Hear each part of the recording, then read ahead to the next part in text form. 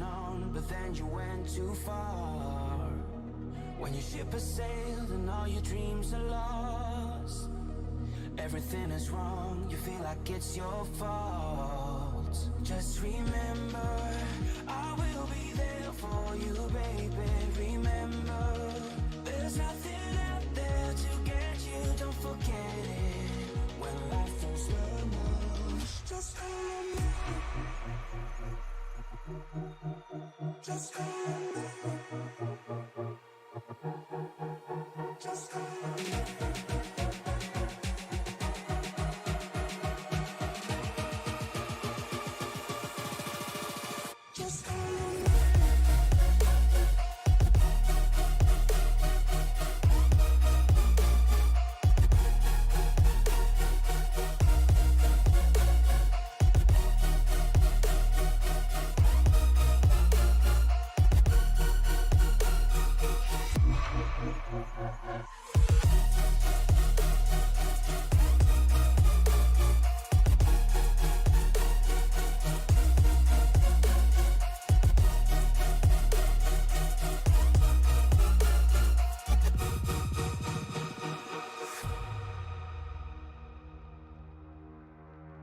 You're stronger now than you ever been.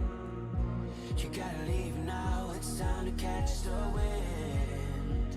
You will climb up high and look through the clouds, and when you're feeling low, I know you'll bounce back. Oh, and just remember, I will be there for you, baby. Remember, there's nothing out there to get you, don't forget it. When life throws lemons, just remember. Just remember. Just remember.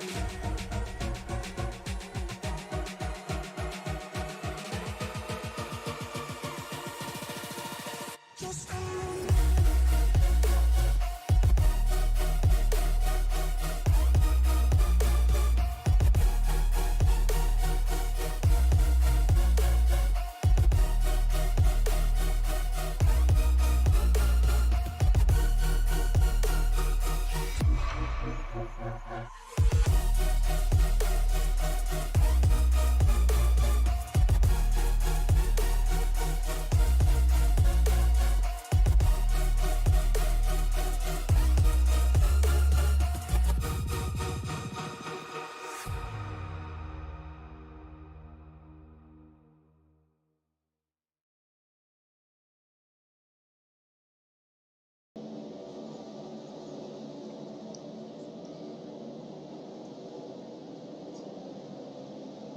Welcome to Richmond, Virginia, and round number 21 of the Stacy Strong Cup Series. Good evening, ladies and gentlemen. My name is Tony Trapasso. Joining me shortly is going to be my broadcast partner, Matt Mettler, who unfortunately is stuck in traffic right now, but he is going to be here momentarily. But strong field here tonight. I'm counting 24 haulers in the infield. Let's get right into it. Take a look at the point standings coming into tonight. Still pretty tight at the top of this piece. Alex Murray leads Brandon Edstrom by 19 points. RJ Root is a little under 50 points out. Jeremy Miller still up there. And then you've got a big drop to Seba Cornez. And then it starts to tighten back up a little bit with Tanner Marty in 6th. Nick Stein is in a pressure cooker for 7th with Rich Jett and Chris Claude. John Wilco just under 20 points out from them to round out your top 10. Sean Rogers, Eugenio Alonso, Jeff Carson, Alex Princeton, and Ken Ron rounding out your top 15. As we come in to round number 21, only a handful of races left in the regular season. As a matter of fact, there's only 4 after tonight. Next week we will be in Michigan for the Firekeeper Casino 400. Then we go to the Indianapolis Road Course for the Verizon 200 at the Brickyard, the Go Bowling at the Glen in 3 weeks at Watkins, 3 weeks in Watkins Glen, and we close out the regular season where we started things at the World Center of Racing with the Coke Zero 400 at Daytona. So still have a lot left to do here tonight. 400 laps of scheduled distance here from Richmond, the hallowed grounds of Richmond at that. So just taking a quick look here.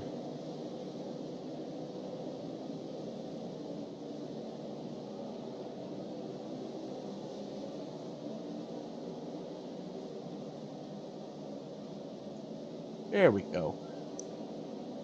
We're looking at stages at lap 70 and 230 here tonight. So they should be able to make it to the first stage without having to go down pit road.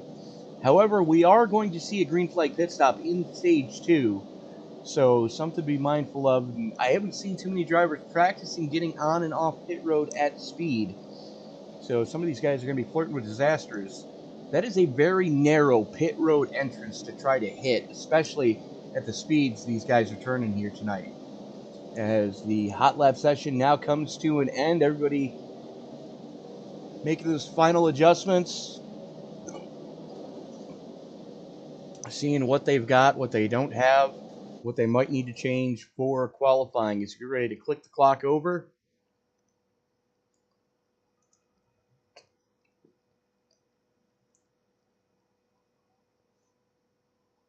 so we're just waiting to see who's going to be the first one to roll it. And if you said Derek Heitman, you're right. There is the Brandon's Lasers, number 78, Alexander Gangler, also out on track in the 8. RJ Root rolling it in the 69. Second place in points, Brandon Edstrom already out on track. Jacob Schneider also there in that P1 Coffee number 02. Jeremy Miller currently out there. Mark Johnson, though, putting one down right now. Schneider is on a ripper in the 02, coming through turns 3 and 4 now. This is going to be a solid lap for the Zero Deuce. Schneider immediately to the top of the pile, bumping off Brandon Edstrom.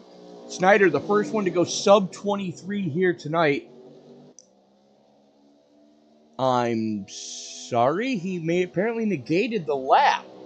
Heitman to the top of the heap, showing sub 22 or 23. Miller flirting with it. Schneider's got to get a safe one in here. And Schneider immediately to the top of the heap, quickest of all. RJ Root currently sitting 7th quick. Second lap in the books for him. It's a beautiful day in the neighborhood for the 44, Sean Rogers. Solid lap going right now. Currently sits 8th quick, looking to improve on that. He may have touched the wall in 2, though. We're still waiting for confirmation. Rogers across the line. Does improve to 7th quick. Here's Dalton Mobley in the deuce. Alex Murray to the top of the heap. Kind of to be expected from your points leader in the P1 Coffee double deuce. Dalton Mobley out on track right now in the other deuce. Goes 9th quick. Aaron Mack in the 31. His second lap puts him 10th quick. Joseph Lester back with the field here tonight. Lester had a pretty dominating performance there at the Chicago Street Circuit. Hasn't run a ton this season. Real life has gotten in the way more times than he would care to admit. Alexander Gangler comes across for his final qualifying lap. And he's negated both laps. Gangler negates both laps. That is not going to help as Lester goes up to 10th quick. Miller Bonds out on track. First time we've seen Miller this season.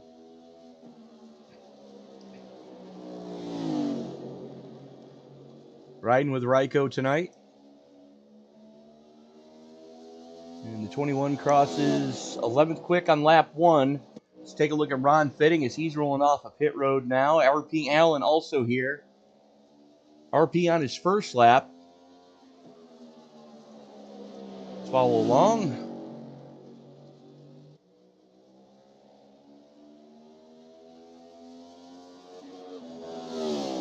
Lap 1 for Allen, 13th quick. Miller Bonds up to 6th on his second flyer. Ron Fitting coming down the backstretch right now. There is the W Energy number 3.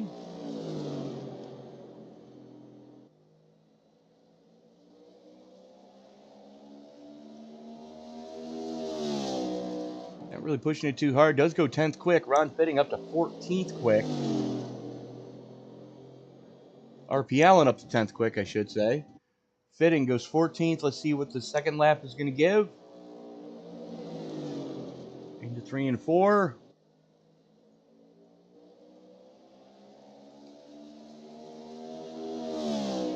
As Fitting does not improve on his second lap. Kavaja Holt coming through 3 and 4 now for his first flyer in the 00.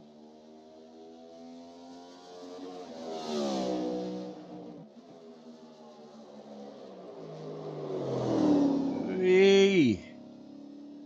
Sideways, that's not going to help things.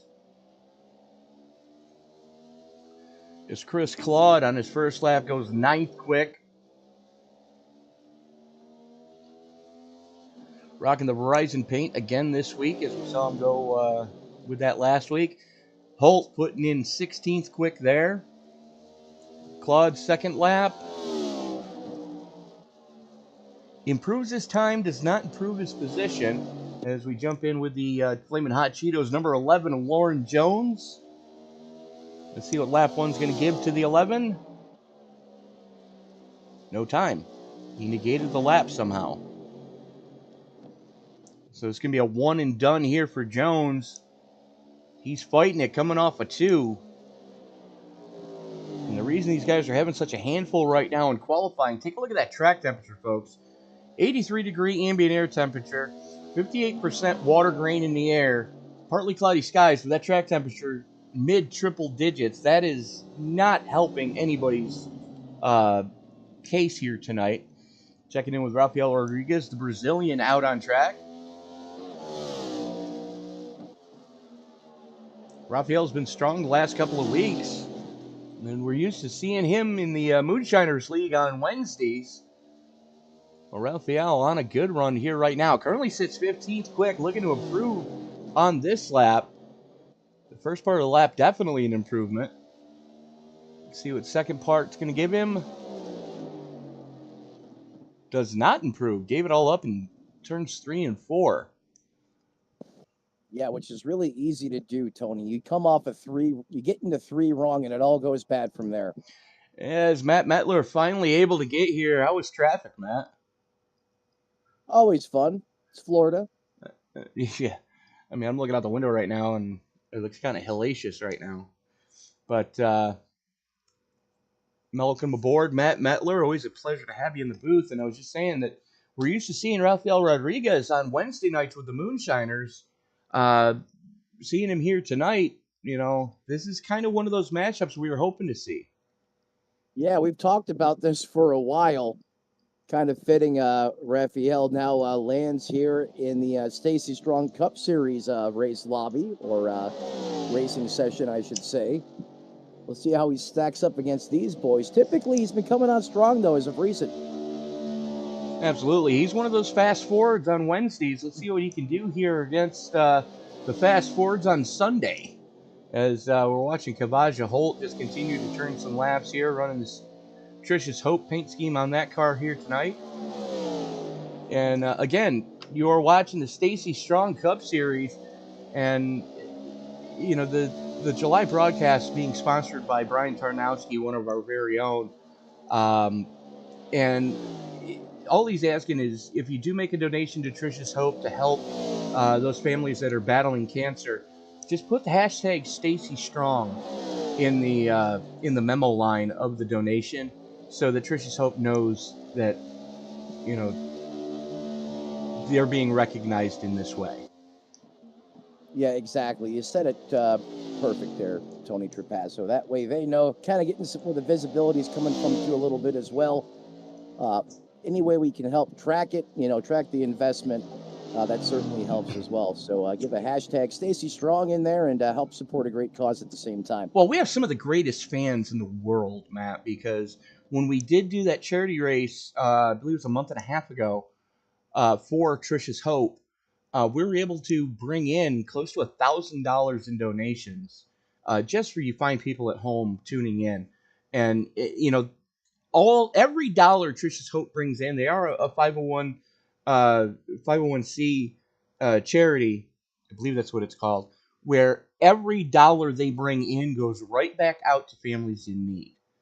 Yep. And it may only be, and I use this analogy when we talk about it at other times, especially on Wednesdays or Thursdays. I'm sorry, Thursdays, when we have when we're using hashtag Michelle Strong. No, that's Fridays. Yes, that's Fridays. I'm sorry, I get my leagues confused, folks.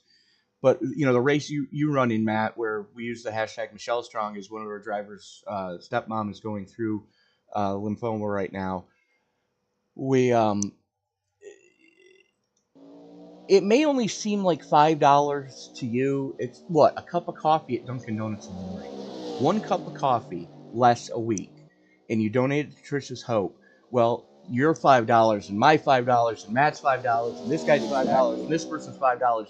It all adds up, and there's a lot of families out there battling, cancers of different forms and many variations.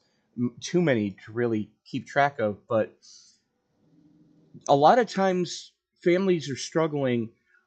They have to choose, okay, do we buy your cancer med, or do we Pay the electric bill. pay the electric bill? Do we put groceries on the table this week, or do we buy your cancer med?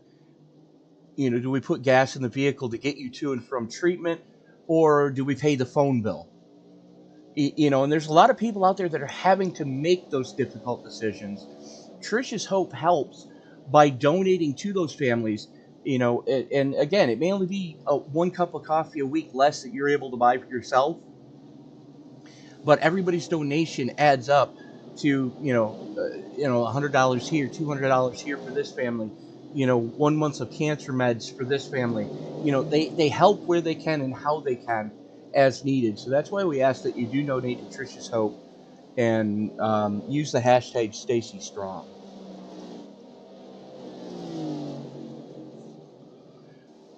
As we are in the warm-up session right now, and Matt, you weren't here earlier when we went over the point standings. Let's take a quick look at those points again. Alex Murray sets quick time in qualifying here tonight, showing why he is your points leader by 19 points over Brandon Edstrom. RJ Root currently sitting in third, just under 50 points out from Brandon. And then got a little bit of a gap back to Jeremy Miller, a bigger gap back to Seba Cortez. And then things start to tighten up a little bit. From Seba to Tanner Marty in 5th and 6th, there's only 2 points separating those guys. So, that's a tight battle there. Tanner Marty back to Nick Stein in 7th. That's not that far off from each other either. As I'm sorry, Nick Stein to Rich Jett is not that far, as you're only 9 points away from those guys. So I can math, really. I can. That's 11 points, sorry. Speaking of Nick Stein, not to cut you off there, Tony, I am not seeing him currently in the field. I do not see Nick Stein time here either. Rich Jett is here. So is Chris Claude. John Wilco is here. Yes, sir. You know what? I'm not seeing Seba either. Oh, Seba's not here. The 14's missing. Seba's not here. Eugenio Alonso in the 86 is not here. Wow, that's some big shakeups there.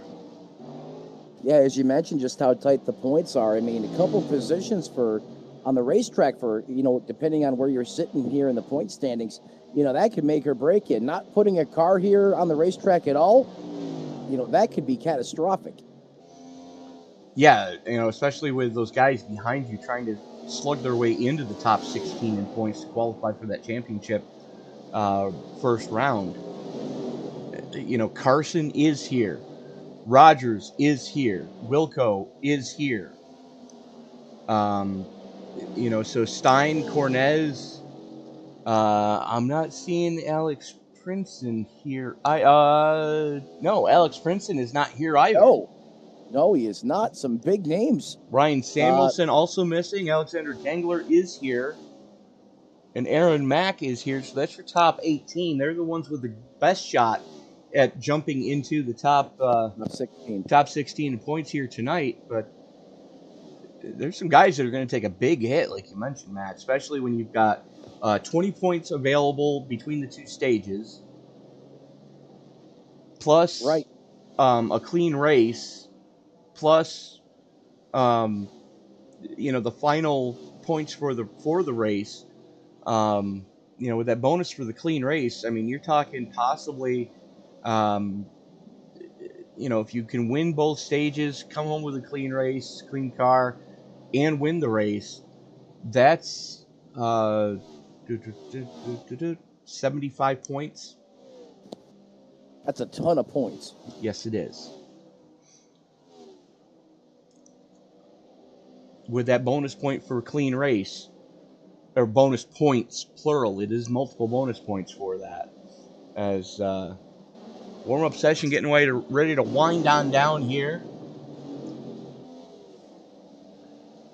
Oh, a little contact there for Kavaja Holt. Oh, he's going to wheel it around. 0-0. Kavaja Holt back on track. I don't think he hit anything except for the 30. Yeah, he got a little help from the 30. That's exactly it from Miller. Miller's the only thing that touched him there. He didn't touch the wall at all. And maybe Kavaja's luck's turning around here. I know. That's be a great one to see. Earlier in the season, that engine would have been in the grandstands. Hard yes.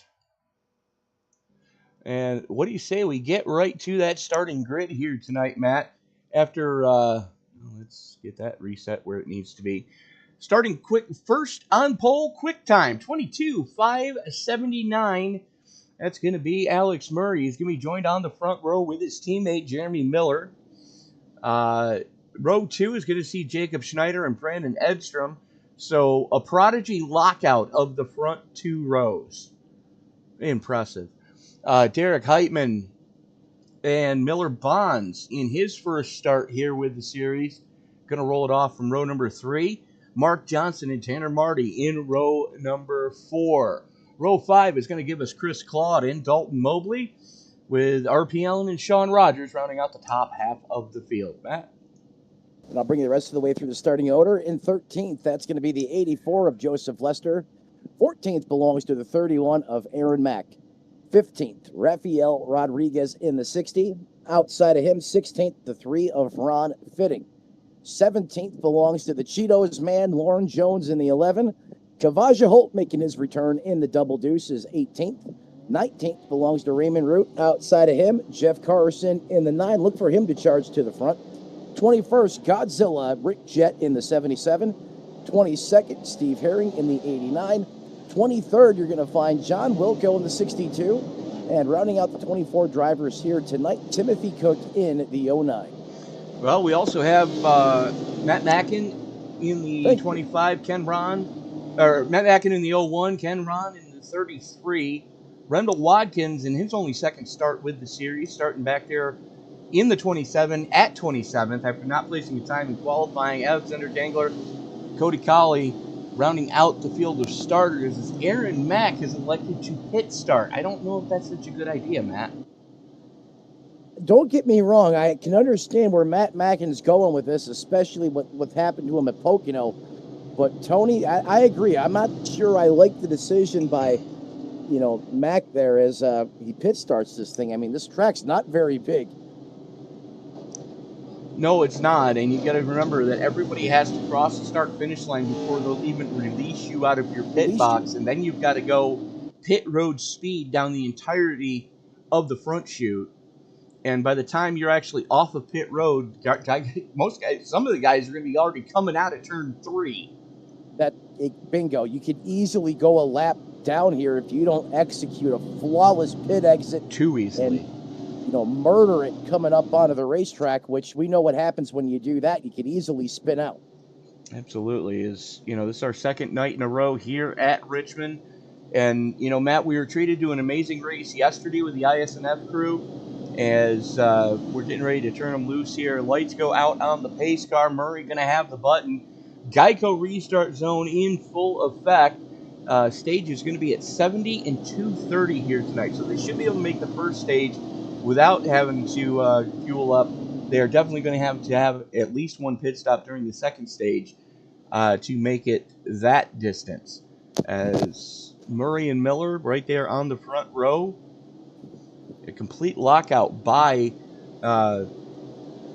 that team for the top two rows. To be able to work its way through the 3-4 complex, the only thing left for me to say is, it's time to wipe the visor and adjust the 5-point harness. Grandma, grab the guitar. It's time to get it on in Richmond. Race fans, it's showtime! Bring on the power chords and drop D it is. That's the Battle of the Forts up front here live from Richmond. No surprise, Alex Murray charges out to an early lead here in the 22. Side by side, and caution. Tim Cook pointed the wrong way on a one-way street. Let's take a look at what happened to the 09 here. Here they are coming to the green. Didn't even make it out of turn one. That thing was around. Doesn't appear to be anybody around him. No, I think he just lost it all on his own. No, he didn't. No, they take that back. Okay. Compliments of the 01.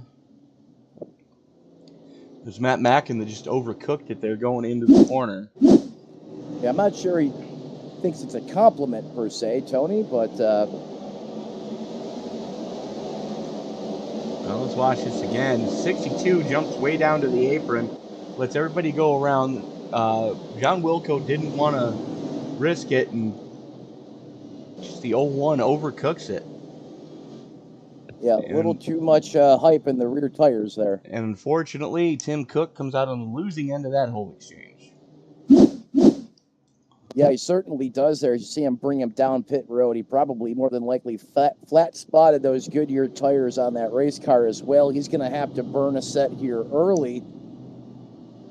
Going to have to re-rack him, restack him, do it all again. Murray's going to have... And look at the situation that we are in, Matt, right now. Look at all the Fords up top. Well, Aaron Mack is right in front of your leader. He's looking like a damn genius right now. Yeah, he really is. We weren't sure how this was going to work out for him. Apparently, he knew something we didn't. He's lucky he got that caution as quick as it came out. Like, he had just been released from his box when the caution flew, and he was able to evade any carnage down there on the apron before, because you can't come off that yellow line. You can't come to the racing surface side of that yellow line until you get past the blue cone on the inside of turn 2. And, right. You know, via doing that and being as nobody went down to the apron to take evasive action for that caution, you know, Aaron Mack, again, looks like a damn genius right now. As we're working lap 5 of 400 here tonight. Already under the first caution, a 2-car incident involving Matt Mackin and Tim Cook. Cook coming out on the losing end of that exchange. As Kavaja Holt, Alexander Gangler, John Wilco, Tim Cook, and Ken Ron all went down to get some service done. It looks like Ken Ron got some damage repair done. Don't know what happened with the 33. I didn't see anything. Yeah, I was going to say... he may have caught a piece of Cook when he went around. Yeah, he may have caught a piece there. Going back to Mac and what you were saying, as Michael Waldrop would say, looking like a race whisperer out there. Yes. What a call there by Mac. Matt Mackin, one of those drivers that, again, he kind of reminds me of myself when I'm behind the wheel. I may not be the fastest horse in the barn, but I'm still going to be chugging away at it when the checkers fly. And I'm usually going to bring the car home in one piece. Yeah, well said there, Tony. Aaron Mack looking to, get those bonus points for a clean race to try to improve his standings here as we close in. We've only got 4 weeks left after tonight of regular season, Matt. Can you believe it? No, I can't. Those regular season has flown by. We still got the playoffs to go, but Hard to believe we're this deep into it already. As we're going to go back to green flag action here. Alex Murray in the 22 going to lead the all-ever popular Fords here at the front of this piece. Back to green, hard on the loud pedal. Lap 7, green flag back in the air. Miller making a charge there in the 30 machine. He's going to put his Ford up to second, 2 by 2, just behind him for fourth. And Schneider wrestling third away from Edstrom. He's got to deal with Derek Heitman behind him now, as we got some battling going on back there just inside the top 10. That is Mark Johnston in the 80. Caught up right there behind the 29 of Tanner Marty. Marty, your highest running Chevy right now in 7th. RPL and your highest running Yoda to his outside in the 7. As Johnson and Allen going door to door. Johnson sideways off of 4. Sideways. Yeah, he really had to reel it and catch it. Great job there by the driver of the 80, Mark Johnston. He's going to lose a ton of track position, though, Tony. And Edstrom's having connection issues. And we haven't seen that yet. Oh, he's having some big-time connection issues right now. Thank God he's way out of the way. Everybody scattered down the back straightaway as he was blinking in and out right there next to the wall. He didn't want to get into anybody. He's taking the pit side, trying to get that fixed quick, fast, and in a hurry. But meanwhile, his 3 Prodigy teammates running 1, 2, 3, stem to stern right now. And they've got 3/4 of a second to the good over Derek Heitman, who sits in 4th as a member of Field Filler Racing, which is a subsidiary of Prodigy Esports. That's correct. They're all affiliated one way or another, especially in a setup department. RP Allen there working the high side of Rockin' Rogers in the 44. It is a beautiful day in the neighborhood for Sean Rogers already as he's sitting +4, but don't look now. Look who's behind him. Mr. Incredible himself, RJ Root, already sitting +10 up to 9th. Yeah, Mr. Excitement 69 time, up 10 positions already. That is impressive, especially since we went back to the caution side of things after we took the green flag. So he hasn't even had that many laps under his belt and already knocking on the back door of RP Allen. Technically, we've only seen 8 under anger. Under anger, that's a great way to put it. As I was saying, knocking on the back door of RP Allen, who is the highest running Toyota there in that 8th place position. And your next highest Toyota, not too far behind, just on the other side of RJ Root. That is the Verizon Wireless 5G of Chris Claude. Number just... Oh! Hang on to her, RP Allen. A little too aggressive on the fuel pedal there, coming off of 4. Kicked that back end of that car completely sideways. And now it's Toyota on Toyota action here for the final 2 spots in the top 10 as RP Allen in the 7 currently sits in 9th. Chris Claude in the 10 sits 10th.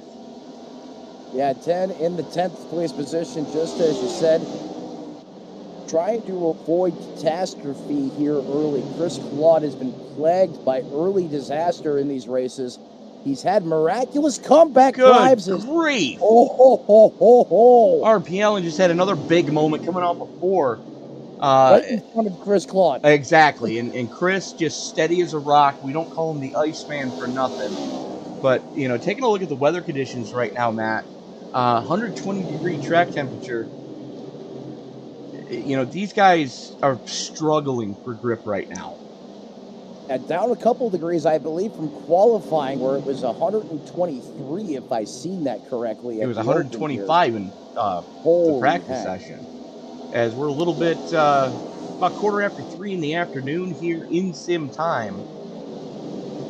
As Joseph Lester now up into the top 10. RJ Root up to 8th. As right now, that is Tanner Marty and Mr. Rogers himself. Sean Rogers in the 44, running stem to stern. 2 Chevys in a sea of Fords in front of them. And not really a surprise who the fastest Chevys are right now, as these 2 guys have been carrying the bow tie banner all season long.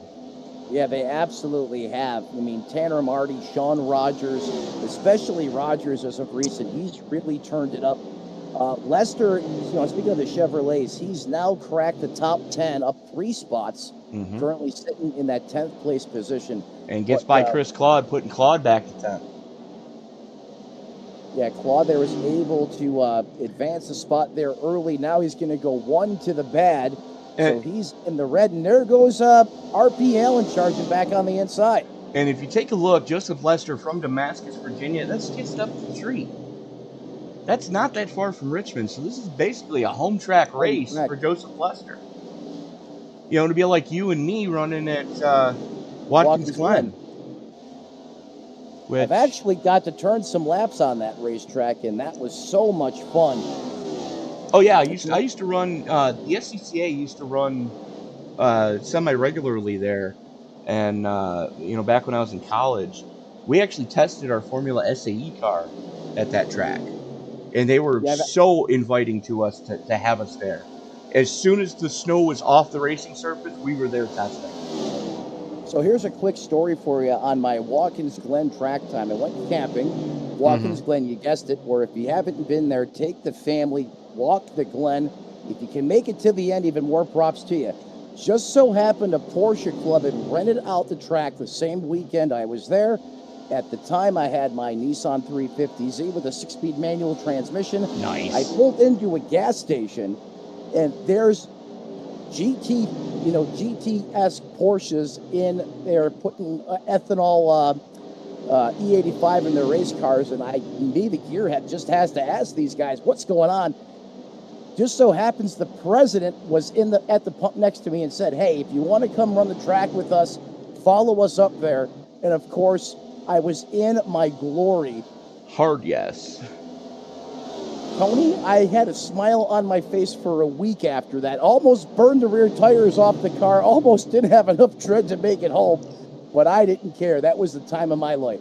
Oh, absolutely. Anytime you can get a chance to throw a high-performance car around a purpose-built racetrack anywhere in the world, it's going to put a smile on a gearhead's face.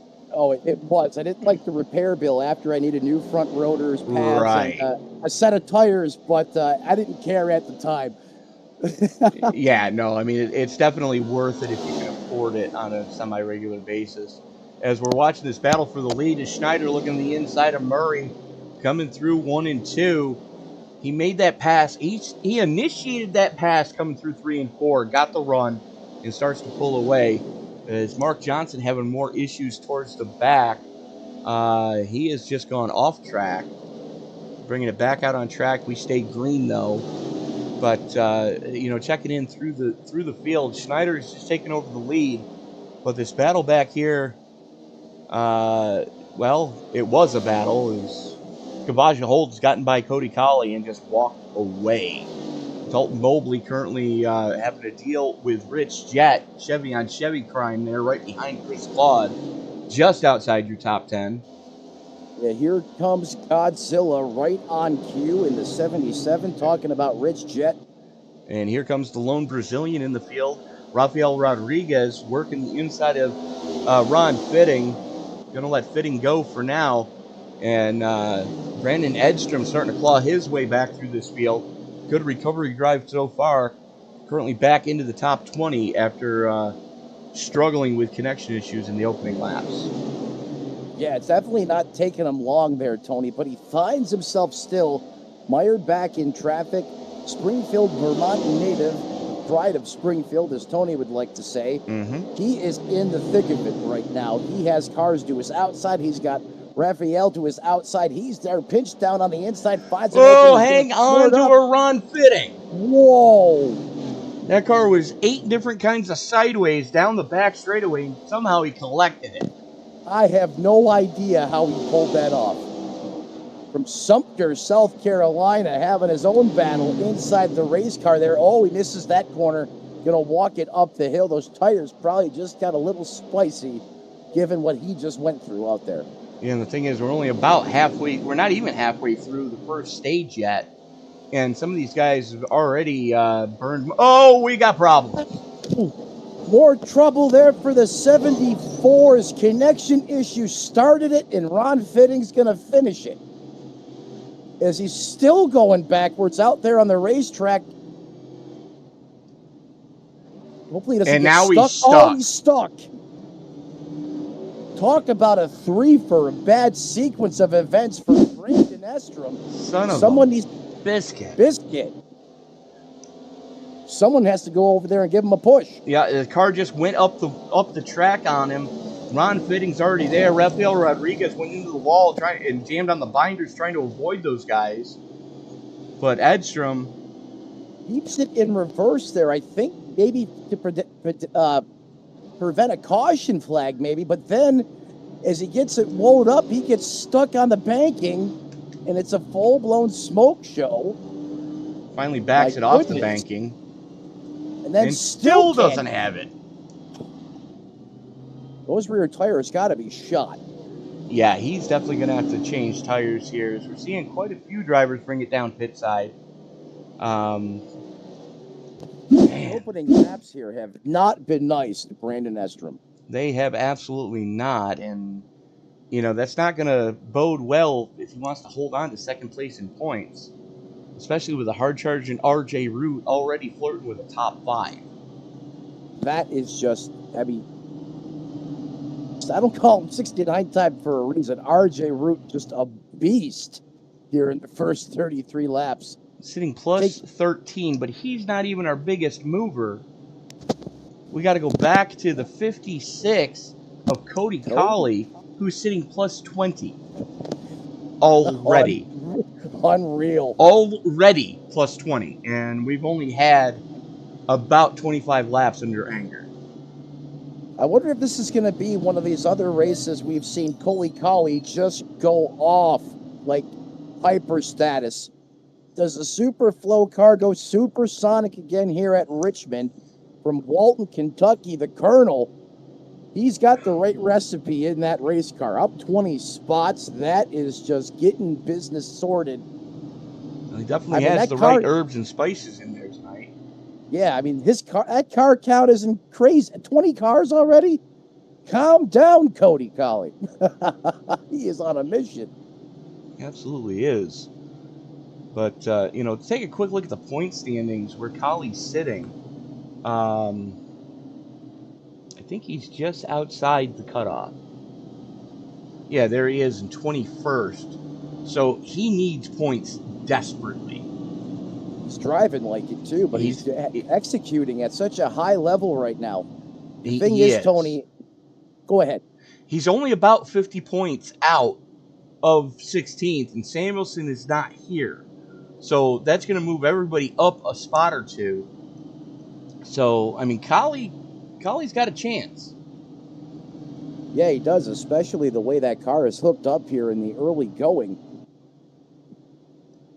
It will get harder for him to advance forward, or you would think, especially given all the great competition that's ahead of him. Alex Murray continues to lead. Jeremy Miller, Heitman, Bonds, Sean Rockin' Rogers. That's the top 5 as they Schneider run went right pit now. side. That's kind of surprising. He pit from second. Schneider pit from second place. Well, you know what? I know Schneider's the new guy on campus, but he has been brilliant. I'm going to say Schneider knows what he's doing there. And, oh, by the way, Aaron Mack pit started. He's already flirting with the top 10, running in 12th. Unbelievable. They say it's hard to pass here. Don't ask these boys. So technically, he's sitting plus 24. That's just unreal. I'll tell you what else is unreal. The way Alex Murray hits these restarts every single time. He shot out of a cannon over his Prodigy Esports teammates, might add you. He's going to jump out almost to a half-second lead. Here's Rockin' Rogers making a move on 69 time, or is it vice versa? It's vice versa. RJ Root went around the crap. And caution.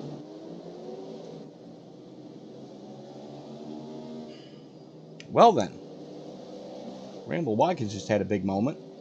Not so Miller time for Randall Watkins there in the 27. Looks like Ken Ron started it though. There is the GoPro 33 of Ron. They're 3 wide behind him. That's never a good idea.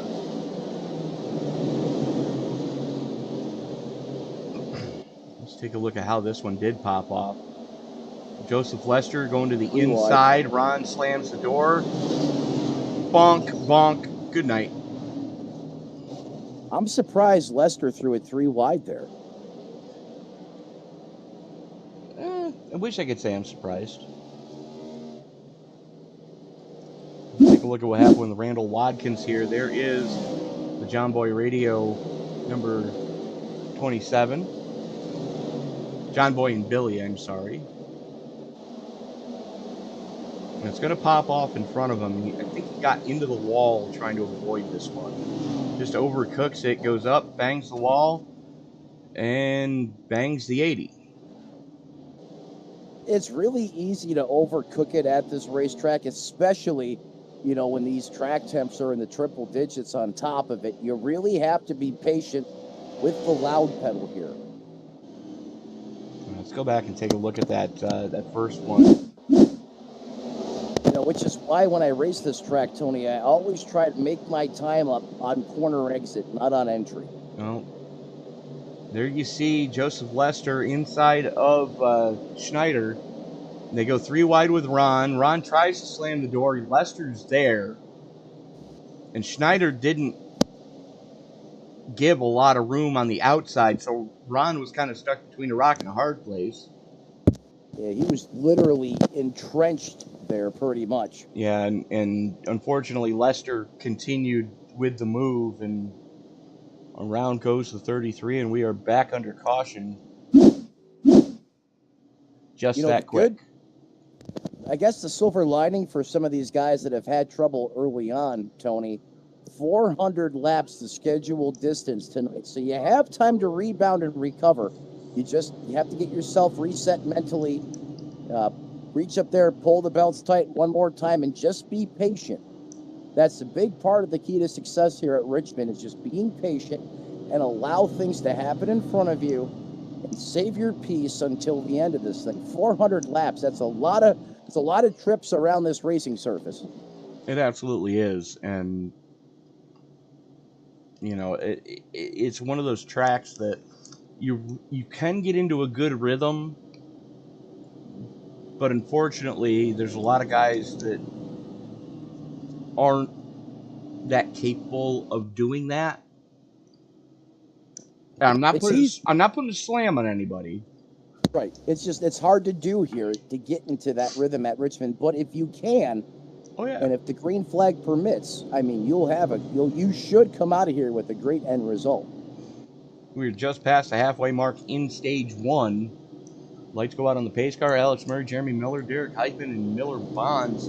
Your top 4. RJ Root sits plus 14 right behind him, now cracking into the top 5. Root on a mission to the front of this piece. And, oh, by the way, Cody Colley is in 9th at plus 20.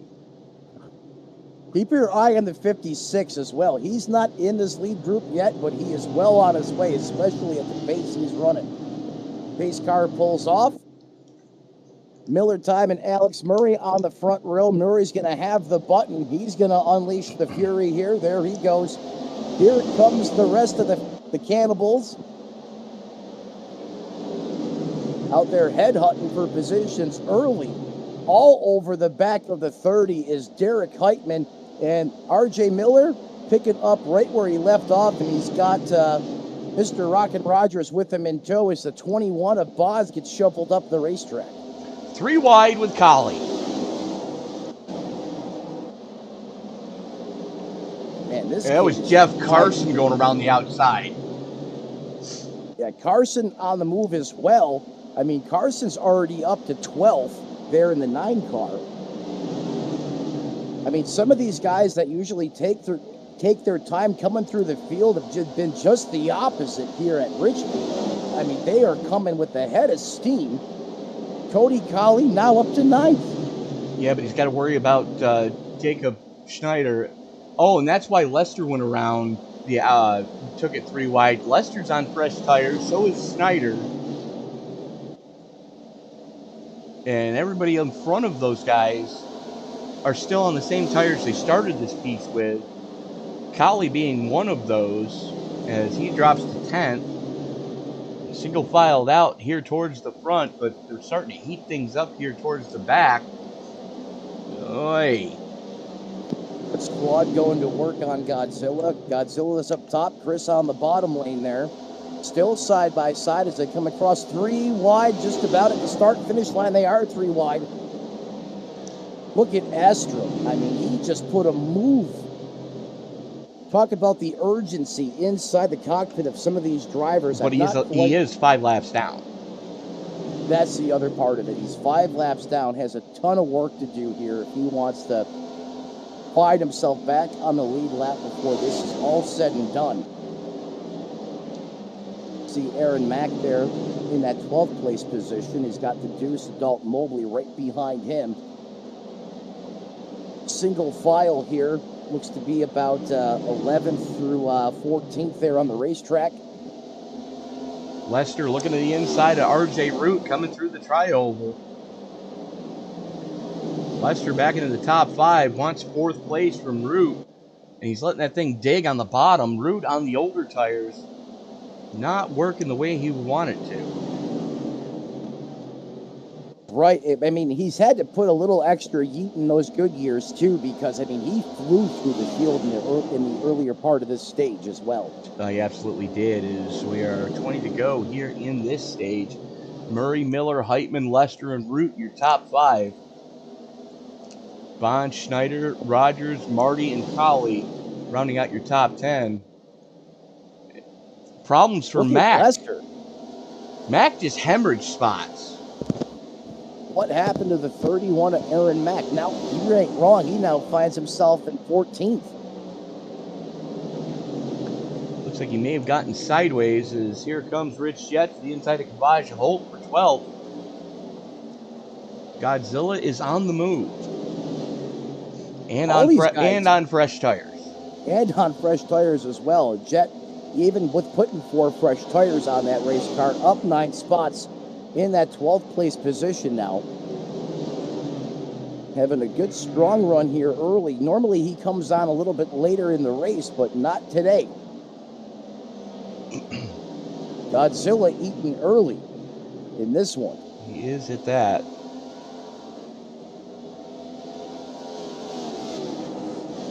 Checking back through the field. Ken Ron on a solid recovery drive as he's working on Steve Herring right now. Ron on the top side, Herring on the bottom shelf. Still a drag race down the back straightaway. Still a drag race. They don't have it sorted yet. Now I believe Herring is going to let the 33 go. He's going to clear him, take the position. Wilco working just off the back of Herring now in that 62. As we go back towards the back part of the top 10, that's Miller, Bond, Sean, Rogers, and Tanner Marty all right there. Joseph Lester has already gotten up into second. We missed the pass on Miller as both Lester and Schneider have gotten by on the fresher shoes. Lester looking like Lake Speed here back in the early 90s at this racetrack, as he has now clawed his way through the Iron Curtain of the Fords. He's put himself right in the sandwich. And now look at Lester going for the lead. He's going to bark it down hard on the bottom. Murray's going to wash up the racetrack. Side by side, though. Oh, Murray wiggles off the top. That's going to open the door for his teammate Lester to the lead. 84 is on a mission here. I didn't expect that type of a charge from Lester. I see you, 84. Joseph Lester says, lots of people hate me, but that's just because they hate the way I drive. Close enough, Matt. Good. Close enough. But, yeah, Joseph Lester, basically a hometown race for him, looking to put his mark and get that brand new Gibson Les Paul guitar here tonight. I can't blame him. I love that guitar. I would love to win one of those. Absolutely. Oh, look at this. Now Schneider coming up and putting the Schnikes on Lester. Oh, leaning on each other. Oh. Lester, a little bit of tail wag. Dead heat at the line. They're throwing punches at each other. Still door-to-door, side-by-side, inches apart. And I like what Lester's doing. He's not giving Schneider a good run off the corner, and he's keeping him pinned down in the middle of the corner. Yeah, he's not allowing him to complete the pass by choking off that Ford Mustang on the bottom line of Schneider. Lester able to maintain dead even with him on the lap times here. But Lester's got to be careful. He doesn't burn those tires right off that race car being stuck up top. Really easy to burn off that right rear in that second groove where Lester's running right now. Still side by side.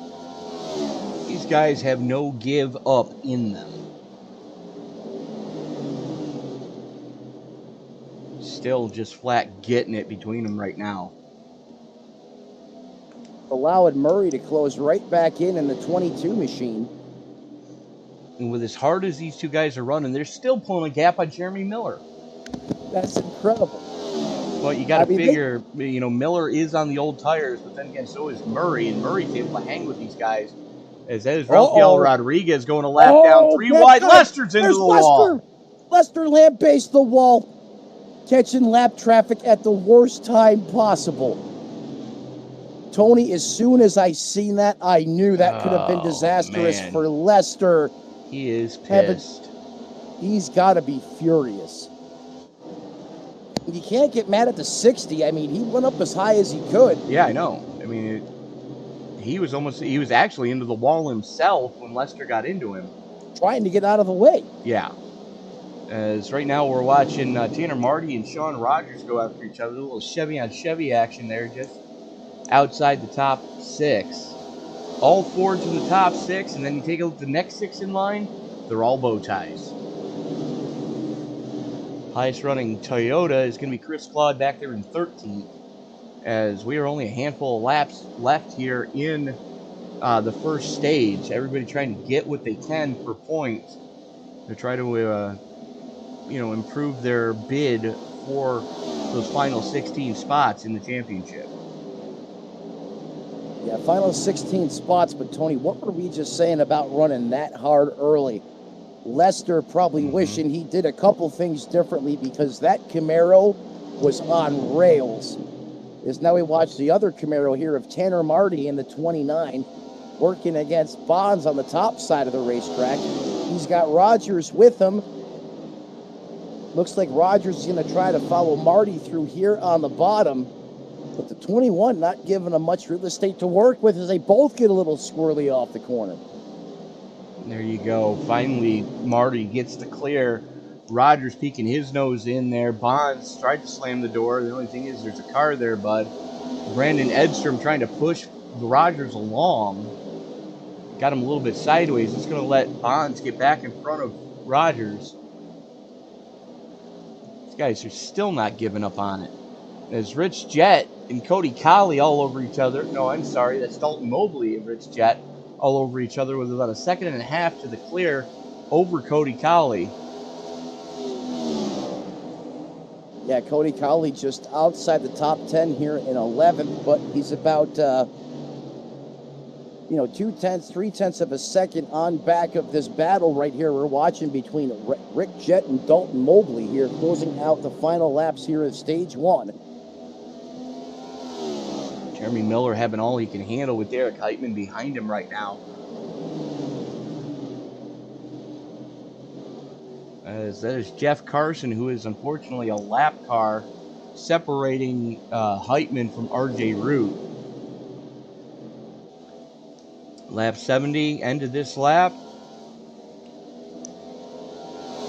is when the caution will fly. Heitman looks to the inside of Miller, coming through 1 and 2. Side by side, door to door, coming off down the back stretch here for the last time in stage 1. 78 throws a rainmaker in there, still door to door. The 30 should prevail off the top here as long as he doesn't slip, and he does. And there's the caution. And there is your top 10. Schneider, Murray, Miller, Heitman, Root, Marty, Bonds, Rogers, Mobley, and Rich Jett collecting the final bonus point We will step away, pay a couple bills, and we'll be back right after this.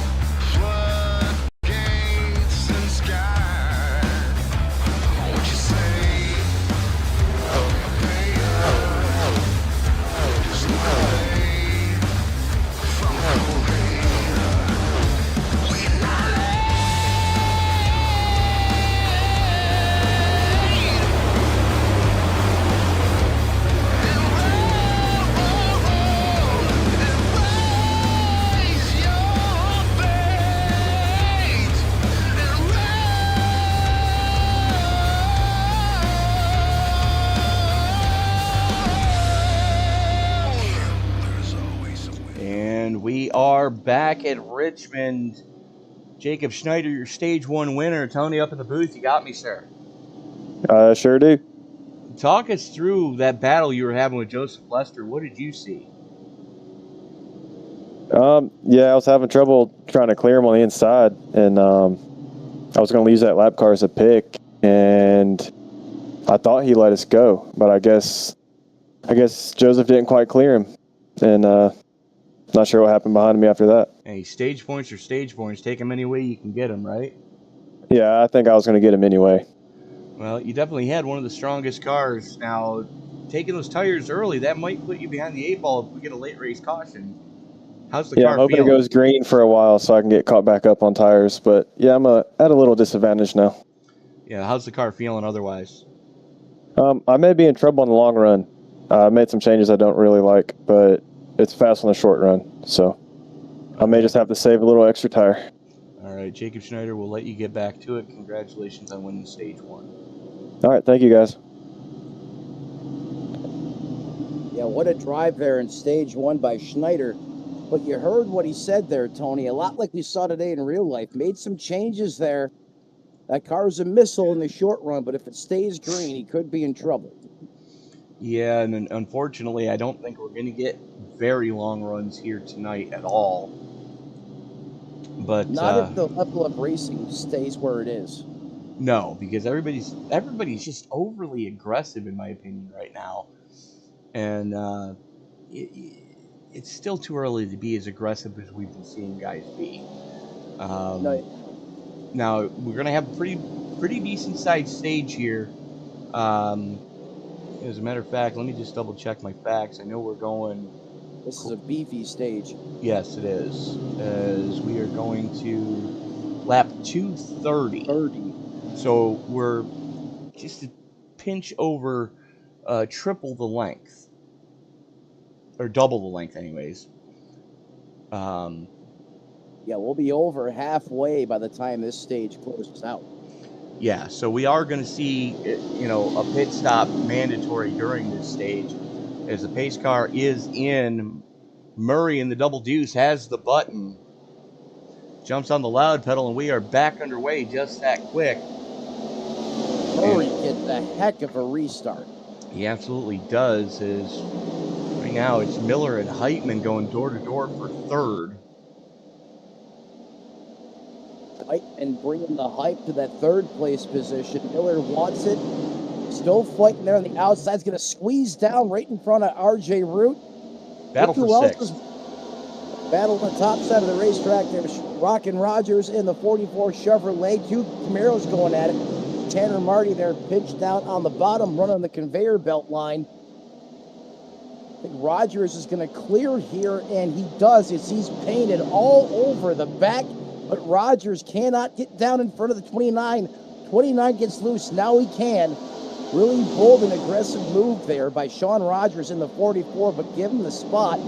He's up to 6. And look at that final spot in the top 10. That's Rich Jett and Cody Colley going after each other for 9th and 10th right now, as Miller Bonds looking to the inside of Tanner Marty. Marty slams the door on him going into 3. Is Dalton Mobley right there as well, flirting with the top 10. As everybody getting pretty single filed out pretty quick, and just say that to make a liar out of me towards the front. Yeah, they did for a brief moment there, Tony, but now they're all single file back in the front of this piece.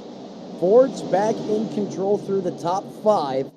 RJ Root, the last car in the Ford tandem up front here. Rogers, the very first Chevrolet, followed by Tanner Marty. Usual suspects there carrying the flag. Is now Rogers joust the 69 up the hill. That Camaro wants it as he's going to dive it down here into the 3 and 4 complex. RJ Root gets a great run off the top, though, still side by side at the line here. Will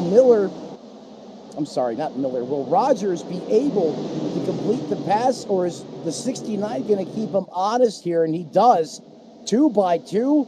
And there's Miller right in front of them, and the 78 of Heitman is now, they've basically stalled both lines right behind him.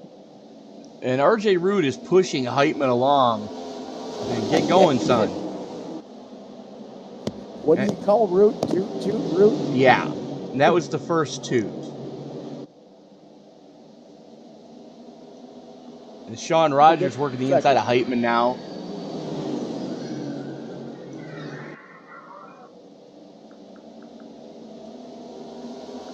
I'm not liking all this congestion I'm seeing around some very aggressive drivers right here. Luckily, Rogers able to get free. RJ Root's going to come with him. That puts the 29 of Tanner Marty in the pressure cooker. Is now he's got side-by-side action all around that Chevrolet Camaro. He absolutely does. As he's working the inside of Heitman. Heitman made some changes under that caution, apparently, that did not agree with the 78. As right now, he's done nothing but backslide since the green came out. As Marty finally gets clear of him, here comes Miller Bonds to follow Marty through. Heitman going to let him go, and now he's got to deal with Rich Jett as Heitman continues that backslide. Yeah, Heitman's going the wrong way, quick, fast, and in a hurry. Rich Jett's on the afterburner right now, reeling him in that Chevrolet Camaro. Cody Colley continues to work off the back of Jett with Mobley in trail. All this just inside the top 10, just outside the top 10, as Mobley's in 11th, Cody Colley in 10th.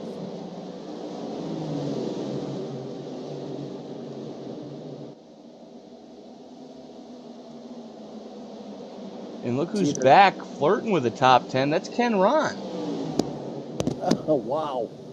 That's impressive by Ken Ron in the 33. Oh, it absolutely is. This field's starting to get a little bit strung out.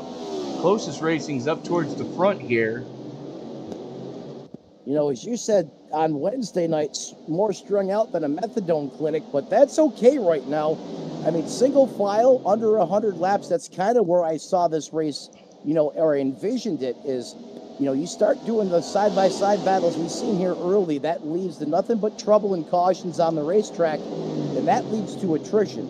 As now we have a pass for the lead. Here comes the 0-2 of Schneider on the bottom.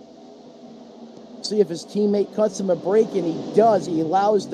Murray allows Schneider to get to the point and carry the torch. We heard Schneider say that he's got a good short-run car, but he doesn't know how it's going to react in the long run here, as we still have quite a ways to go in the second stage. Now, correct me if I'm wrong, but Schneider's also on a tire disadvantage as well, correct? He did. He pit back on like lap 15. No, 32. He was one of the guys that did take tires on 32, which is why he was able to get to the front, because he had the tire advantage here in the closing laps of stage 1. Now he's on a similar tire strategy, but he's still missing a full set. That's right. Yeah, he's down a full set, which could come back to haunt him later. Doesn't look like he's saving anything out there right now, as he's currently in the lead, and he's walking a little bit away from the 22 of Alex Murray. Or this is Alex Murray type chess match, though. We've seen him do this psychological warfare, I like to call it, with other drivers on the racetrack. He's just so good at managing his equipment. Sean Rogers right there in a Ford sandwich. He's got Miller in front of him and Root behind him.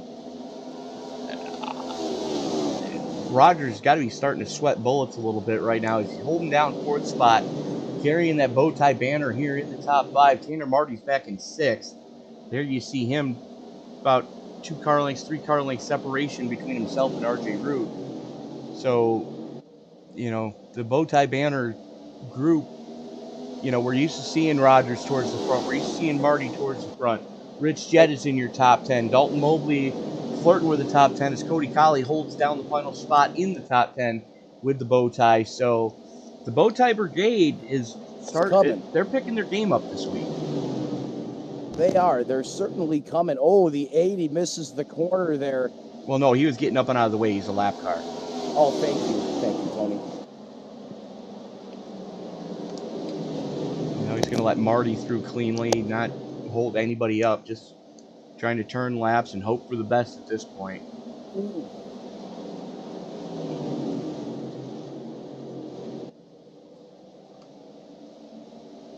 Like you were saying, Sean Rogers continues to be the highest on Camaro right now.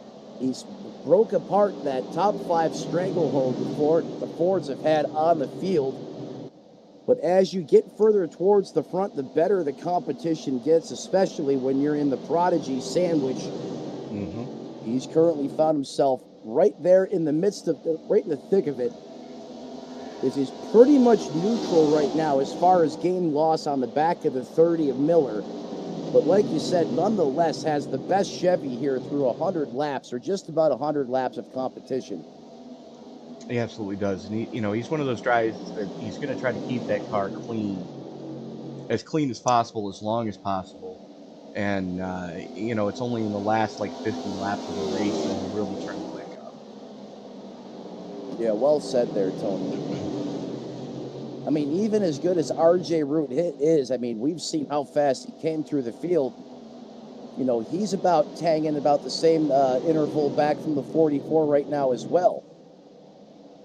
Tony pulls up the time delta there. You can see over the last 5 laps.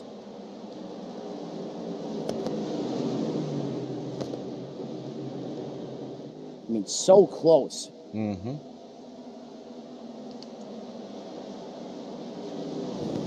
Everyone up front's given themselves a little bit of breathing room. That's a smart way to approach it, at least through 100 laps here in the early going from Richmond International Raceway here in the Mid-Atlantic. Tony, I gotta say, I miss this race being ran under the lights. Yeah, so do I, but it kind of is what it is right now. Is Heitman under heavy pressure from Miller Bonds on the low side, Heitman on the top shelf. And they're going to have to get that sorted out quick because Rich Jett is right there. He is knocking on the back door. It's not delivery, it's Rich Jett. As he literally creeps right in on the back of the 21 of Bonds. He is there. Like you said, these boys got to get this sorted because Jett is coming. Yeah, Jett's been on a good run as of late. Currently sits plus 12. One of your 2 biggest movers, Cody Colley, who's fallen off these guys by about 2 seconds, is your biggest mover at plus 19. Unless you want to include Aaron Mack, who's sitting in 12th after pit starting. So technically, Aaron Mack started 28th. Yeah, the race whisperer himself here at Richmond. Make that 29th. 29th. He had that one spotted beautifully. Yeah, so he's technically sitting plus 27 right now. Absolutely insane. Absolutely is. As Sean Rogers and RJ Root starting to go after each other one more time.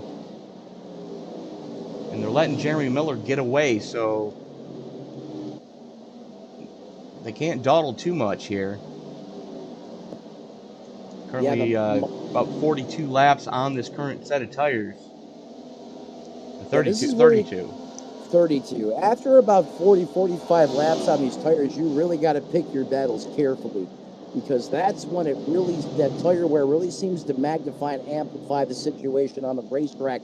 When you get out of the preferred line, as we watch here, the 9's going to go ahead and get out of the way there and allow the leader Schneider to get through. Murray's going to be able to get by as well, as they're now starting to work their way through some heavy lap traffic just on the horizon here. And I believe that's a battle for position right there. Is the 09 of Tim Cook, and that's Alexander Gangler in the 8. Yes, that is a battle for 20th. So these guys have got to be careful. I mean, yes, they are the leaders, but you know, you can't just expect somebody to roll over in a battle, but looks like they got it sorted out pretty quick. They did, especially when they're still on the lead lap and they have their own battle going on. Right. Matt Mackin trying to make some headway right now. John Wilco there as well. And the 89 is Steve Herring. That's 15th, 16th, and 17th, all on top of each other. Check out that paint scheme on the 01. I'm digging that. On the 01? The X-ray? Yeah, the X-ray, exactly. Yeah? I like that. I think I'd like it better if it was matte black instead of gloss black. Oh, I didn't even think of that. Ah, yes, critique. Welcome to critiquing paint schemes with Matt and Tony. Exactly. We love our paint scheme. We love our vinyl. Absolutely. As now we are watching Rich Jett and Miller Bonds go after each other for 8th and 9th. No pressure in front of them, no pressure behind them. As Chris Claude works his way around Ken Ron. Claude up to 13th again. Still has some work to do. He's got him, you know, he's still slid back about 4 spots from where he started there. Yeah, but all in all, not too shabby. All in all, Chris Claude doing Chris Claude type things, and he missed the big one here at the start, which has got to make him feel a hell of a lot better from, you know, the past few weeks. I mean, think back what happened to him at Pocono. Race car to the face twice. And he still came out of there with a top 10. Yep. Again, that's why we call it Chris Claude doing Chris Claude things. Bingo. And here comes Jett as Miller Bonds gets sideways off the 4. Jett going to send it around the outside through 1 and 2. Yeah, he absolutely does. He takes it to the house on the top side of the racetrack. Bond's going to go ahead and blip the throttle there. That's going to allow the 77 to clear. That was a big-time move from a big-time driver in the 77. Now works his way around the lap car. His Bond's going to have to regroup here. This Jett's car really looks like it's performing well, nicely for him on the long run here. He's now working lap 113. And that's what Rich Jett does. Is the longer a race goes, the stronger the 77 gets. You know, he really knows how to manage his tire wear. He does, and we see it each and every week out of the 77. Doesn't matter if we're on a road course, if we're on a short track, if we're on a super speedway. The longer the race goes, the stronger the Godzilla car becomes. And Rich Jett just destroys Tokyo. Yeah, I often wonder if we ran one of these races with, you know, old school rules, no stages, where Rich Jett at times would wind up on the racetrack. It's a good question. But that's, you know, that's not the case, though, as we're using current modern... Tanner Marty working the inside of RJ Bruce for 5th. Look at Marty. He's another long run boy. Tanner Marty in the 29.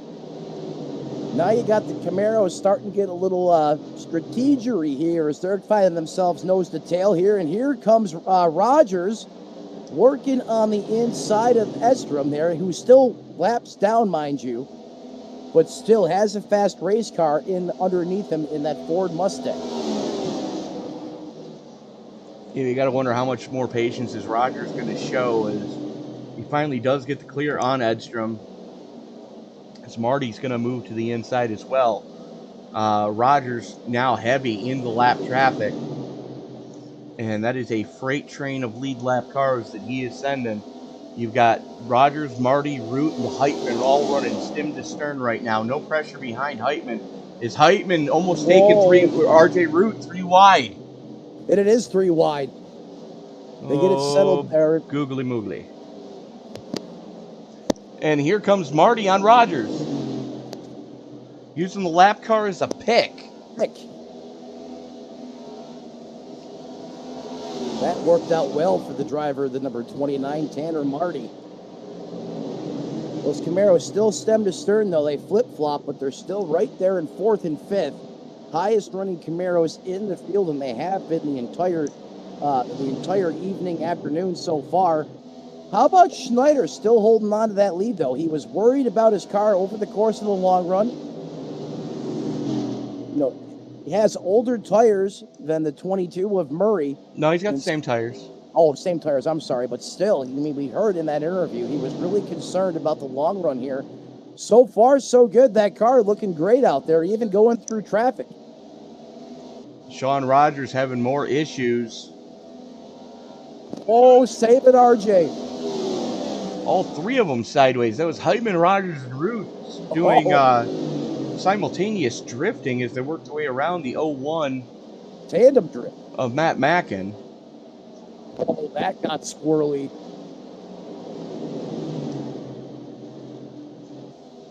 That's the thing with Richmond, Tony. The way this racetrack, just its character and the way you have to drive this place, everything could be all gravy, and within the blink of an eye, it can just absolutely ruin or destroy your evening. Well, the thing is, Matt, I don't think we go to a track that's more different at each end than Richmond. So take a look at the track map now. You can see where the start-finish line is at the bottom of the red stripe there. It's more towards turn 4 than it is the center of the start-finish line. And turns 1 and 2 are a decreasing radius. Means it gets tighter as you come off of 2. And turns 3 and 4 are an increasing radius, and the banking's a tick steeper. And technically, when you enter turn 3, you never stop turning until you get back to turn 2. No, you don't. You're in that you're constantly feeding wheel input into the race car. You're absolutely right, Tony. As a matter of fact, let's go on board with Mr. Excitement now. This is what RJ Root's seeing. Currently working that 4th gear.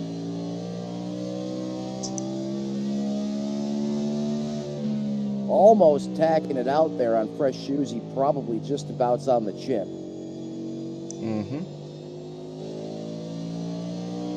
Ooh, Ken Ron catches a piece of the wall there.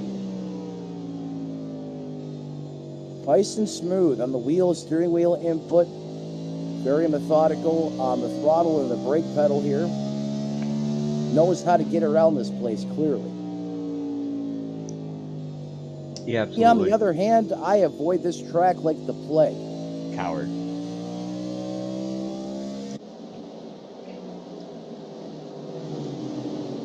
Hey, say what you want. I just know better. See, I do that with Pocono, so I can't really talk too much. Right. And see, I love Pocono. It's just that everyone's got a different style. Some drivers hate Pocono, some drivers love it. Love the facility, hate racing at the track. I love that tunnel turn, man. That corner, I can't get enough of that tunnel turn at Pocono. I have had nothing but bad luck at that facility every time I've gone there in sim. Leading a race, get yeeted out of turn 3. The car takes off like a rocket, caroms off the timing tower, and I end up somewhere in the parking lot outside turn 1.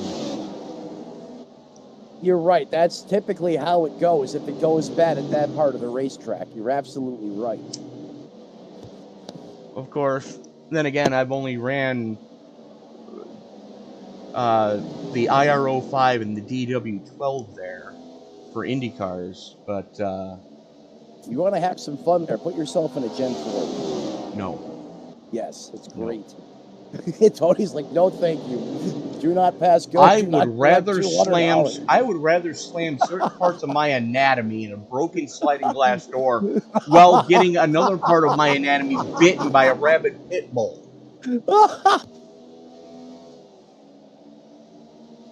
And I broke Matt again. Anyways, we're watching this battle for fourth between Tanner Marty and Derek Heitman as it started to heat things up there as they both caught Jeremy Miller. So that is third, fourth, and fifth, all right on top of each other. Sean Rogers and RJ Root have fallen off about 2.25 seconds off this battle. Working lap 132 of 400 here tonight as Miller brushes the wall. Tony apparently likes extra ketchup on his hot dogs. No, I'm just saying I would rather do that to myself than race anything at Pocono. All right, well, now I know. I'm not going to get Tony Trapasso in a Gen 4 on Pocono anytime soon. The only time I have had success at Pocono is running the Mustang GT 500 in what equated to like a street stock style race. 10-4. And that's only because I was the only one dumb enough to work on putting a setup under the car. And then got dumped coming to the start line. Coming through the tunnel turn on the final lap, I got dumped and ate the catch fence. Lovely. Yeah. That's a great way to spend your afternoon. Yeah, especially considering I had led all 63 laps up to that point. Ouch. Tanner Marty here continues to go to work against the 78 of Heitman. Ooh, someone caught the blinkies. That's the 30 of Miller working right off the back of Tanner Marty. Marty, still your highest running Chevy in fourth. Yeah, this is fourth, fifth, and sixth right here on the racetrack. Actually, Sorry, Heitman's in fourth, third. and fifth. Yeah. Thank you. Third, fourth. Rogers is in sixth, but a substantial amount of distance back from this battle is he's just coming now into turns 1 and 2 as that group of car was exiting. And he's starting to pull a little bit of gap on RJ Root. Root went the wrong way on adjustments, it looks like, especially for a long run. He may have tried to adjust for the short run, thinking we're going to see a replay of stage 1. We've been clean and green since the stage ended. Yeah, I mean, it's been mean out there at times on the racetrack, but we have not seen the yellows. As we've been green since the since we went back live here after the completion of stage 1. Now working lap 138, just shy of 140. Tony, when do we expect these guys to make pit stops here? They can't go the entire distance on the stage. I'm going to say sometime around 70 to 80, depending on how much fuel they save. Well, I'll tell you what, they can't be saving much out there as there's still... coming up here around 140 to 145. 10-4. That's kind of what I was thinking as well. But, talking about saving fuel, I'm not sure they're really saving that much. I mean, the top 4, top 5 still in that high 23 second bracket. And everyone else, I mean, pretty much in the low to mid 24s. So these guys are still getting it around here. They're still they're charging hard. If you take a look at the last couple of laps, Schneider is starting to fall off a little more than Murray is. Schneider was absolutely worried about that, but I think the car held on longer than what he anticipated. He did. It definitely did. A big wiggle out of Murray, not to cut you off. Yeah, no, I saw that, and I'm not sure exactly what was going on there. He did have to deal with the lap traffic, as now Edstrom trying to pick his way through. RJ Root, nope, he didn't. Snookered me out there. It looked like RJ Root was coming down pit road, and he wasn't. Don't take out your teammate. True Is story. Estrom almost smeared. Actually, Root was on pit road, lap 139. He just came off of pit road. Great catch there, Tony. I did not see him or even know he dove down pit road, but you're right. Estrom is trying to do everything he can to get all these laps back. He about smeared Ron in the 33, almost gave the toot to the 22, and is now going around the leader here. And Edstrom was just on pit road on 131. Now it makes sense why he's so much faster. Okay. Yep. As I was saying, it looked like he had a Saturn V5 strapped to the back of that race car, but that's just a difference in tires. RJ Root gets around Steve Herring for 13th. Still Herring having a great run here. Oh, yeah. He absolutely is having a great run. As Dalton Mobley, currently the last car on the lead lap back there in 8th. Dalton Mobley in the deuce. First car one or more laps down. It's Cody Conley and Rich Jett all over each other now for 7th and 8th. 7th and 8th. I mean, these two have been almost fixated at the hip the entire, 145 laps so far. They have been having a Oh, slugfest. crap. Caution on the racetrack. I don't have it. I'm hearing over the radio something to do with the driver on new tires. Can't confirm that. Oh, that's what it was. Ken Ron got into the leader and then got turned. Oh. That was right at the front of this piece. Oh, my goodness. Let's watch that again.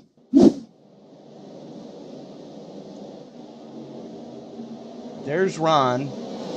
He's on the fresh tires, overcooks it going into 3, gets into the O2, tries to collect it, and Murray just buries him. Oh. Alex Murray, wrong place at the wrong time. As the 22 takes a bird strike.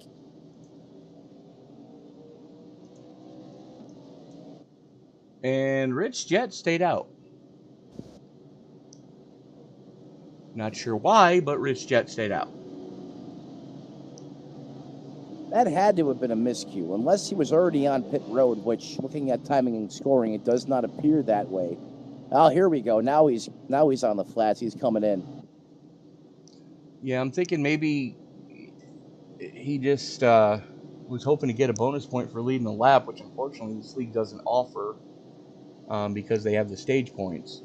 So Schneider wins the battle off pit road. 4 in fuel for him. 4 in fuel for Murray. 4 in fuel for Heitman, Marty, Rogers, Miller, Colley. Jett still on pit road. I assume it's going to be 4 in fuel for the 77 as well. Yes, it was.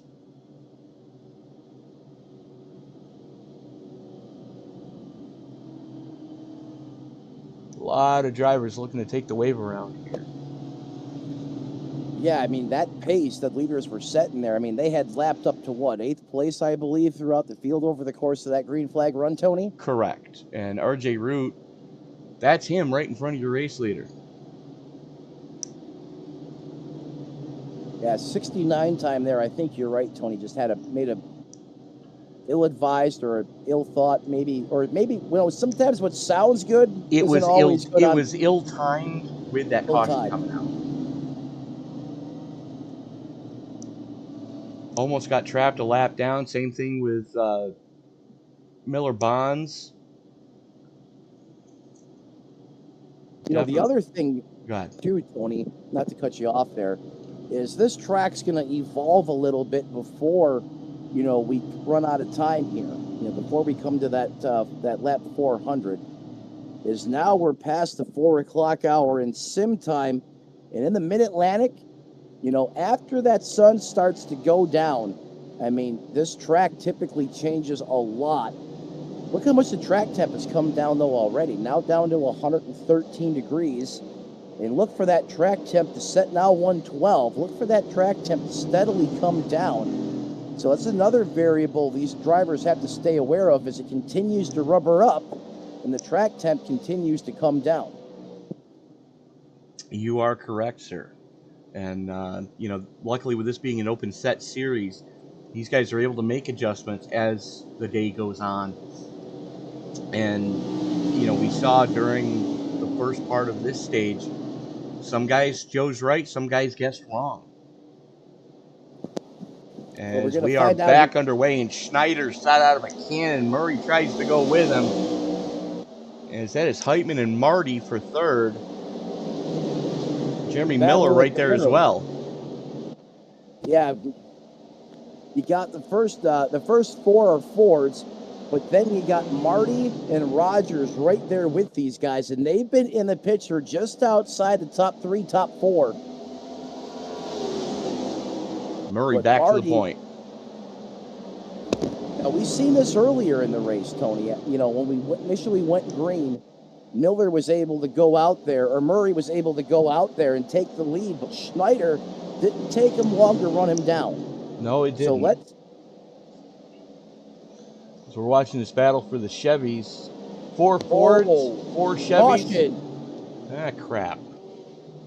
Guess who? I was trying to figure out. Don't say guess who. Guess who? No. Yeah. Carson. You see Carson. He's got the 31 all over him. It's Aaron Mack. Go figure. And here's Johnny. Oh, here's Johnny Bravo. Doesn't hit anything, though. No, just had it parked sideways, technically still on the surface. And with cars going by, iRacing through the caution. And something just happened to Miller Bonds. Yeah, where did he go? I don't know. Let's find out.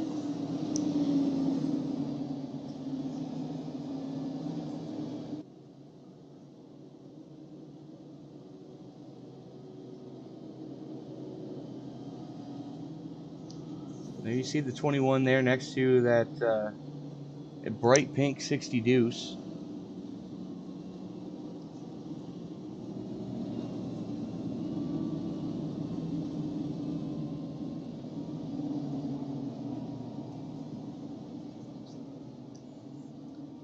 I have no idea what that was all about.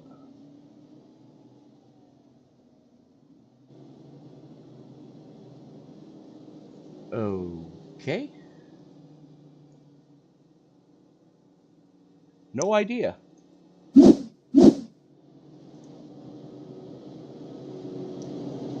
Only a couple retirements to speak of so far. R.P. Allen, Rendell Watkins, Joseph Lester, Lauren Jones, Kavaja Holt in pit road for the last 17 minutes. Ken Ron has decided to put it on the hauler. So currently, that's the 33. So currently 5 people have dropped out of this piece. If Kavaja Holt can get back out on track, he can catch Ron and get 24th away from him. Yeah, the 00 was having a decent run here early. But so far, still mired on pit road. You can really see it here, what we were talking about earlier, though, Matt. Where you see where the 20 is coming just in front of this field, coming through turn 2, that wall comes up on you so fast, you really have to be on top of the car right there. Yep. And it's a flatter portion of the track, too, so it's very difficult to lay the power in. That corner there will make you or break you. And turns 3 and 4 set you up to make a pass. Yeah, that's well said, Tony. You're absolutely right. This is the faster part of the track, so you want to carry as much speed as you possibly can down the front chute. And with the start-finish line so close to turn 4, it's very easy to get it all wrong here. That's why when I do run here, I work on corner exit. That's where I I set my car up where I try to be good. You ever want a good time at this track, Matt? Do it in the pavement modified. Either iRacing version of the pavement modified, whether it's the Whelen modified or the SK. Put this on Tony Trapasso's things to do list here. Got it. And trust me, it'll be a much simpler drive. Try the SK first, and it'll be such a rewarding time when you figure out the track with the SK. Everything else will transfer right over. I appreciate that. Back to the green flag. Murray back to the front. Schneider now trying a little bit of a different approach there. He's trying to reel back in the 22, his teammate, Alex Murray. Side by side, just behind him, there's Heitman and Jeremy Miller. It's Miller time coming to the front. He's now in that third and final podium position. But look who's just behind him. Rockin' Rogers. It is a beautiful day in the neighborhood for the 44 right now as he's back into the top 5. Yeah, he is. And I mean, he's literally just been knocking on the back door of the top 3 cars virtually all day. Tanner Marty's still right there with him. Heitman splits up the Chevrolet pair. Well, he doesn't. Rich Jett up there as well. You got Tanner Marty, Rich Jett, and Cody Colley all right on top of each other. It's Jett and Colley battling it out for 7th right now. Wonder if Colley reverted on that change, because, I mean, he came through the field initially like a rocket. And then he seemed like he kind of stalled out there. But now clearly he's back on the charge as he's going up against Godzilla Rick Jett. They're side by side. Ooh, Jett Wiggles getting off the corner there. RJ Root had a front row tickets to that. And I don't think he wanted them. As Root was back on the lead lap, came down for fuel to top off the tanks in the 69. And I dare say that RJ Root might be able to make it from here. Everybody else I'm not so sure about, but RJ Root should be able to make it the rest of the way in this stage. Tony, allow me 1 minute, please. I have kids doing kid-type things. As we're still watching this battle for 7th between Colley, Jett, and Root. Jett working the outside. Colley still working that inside. RJ Root playing both halves against the middle. And here comes Dalton Mobley and another Chevy. 3 wide. RJ Root split Cody Colley with Rich Jett, and he's looking to get a 2 here. Still holding tough in the 77, though. Jett's not giving up an inch. Gives plenty of room in the corner, though. Jett battles back, able to carry a little more momentum down the front chute. Root, though, going to send it in, going through 1 and 2. Colley right there as well. Root and Jett just all over each other right now. Working lap 165, getting ready to put 165 in the books here tonight. As Alex Murray is just walking away from this one. This close battle back here for 7th is still your closest battle on track by far. And finally, Root gets the clear on Jett. Jett back to 8th, Colley back to 9th. Mobley back into 10th, even with a board of where he started this race. Meanwhile, up at the front of this piece, that is the Murray and Schneider show, as it has been most of this race. Between these two, they've led every lap so far. Every green flag lap, anyways. Yeah, they certainly have. These two have been the class of the field so far. You can see why. I mean, as they're out there continuing to run first and second, respectively, out there on the racetrack. 30 at Jeremy Miller. He's been close. Doesn't have quite the pace of the 22 or the 02. And you go back to the first Chevrolet, as you said, it's a beautiful day in the neighborhood for Sean Rogers. There continues to run just outside the top 3 and 4th. First Chevrolet in line. Tanner Marty, second Chevrolet. However, they've been split apart as they charge through the field together by Derek Heitman in that 78 Ford Mustang. And Deb Harris checking in. She's surprised RJ Root's still running, considering he's still struggling with an ankle pain. Oh, we forgot about that, Tony. Or at least I did. I completely forgot about that. Dingo Wobbly driving the 27 here tonight. Good to have you with us in the live chat. Kaylee Schneider, always a pleasure to have you. Landon Flores pulling for the double deuce of your race leader. And Dragon Zeron, I hate to inform you, but we're not Dave. Dave's not here, man. Dave will be back tomorrow night, though. Yes, Dave's not here, man. No, I'm Dave.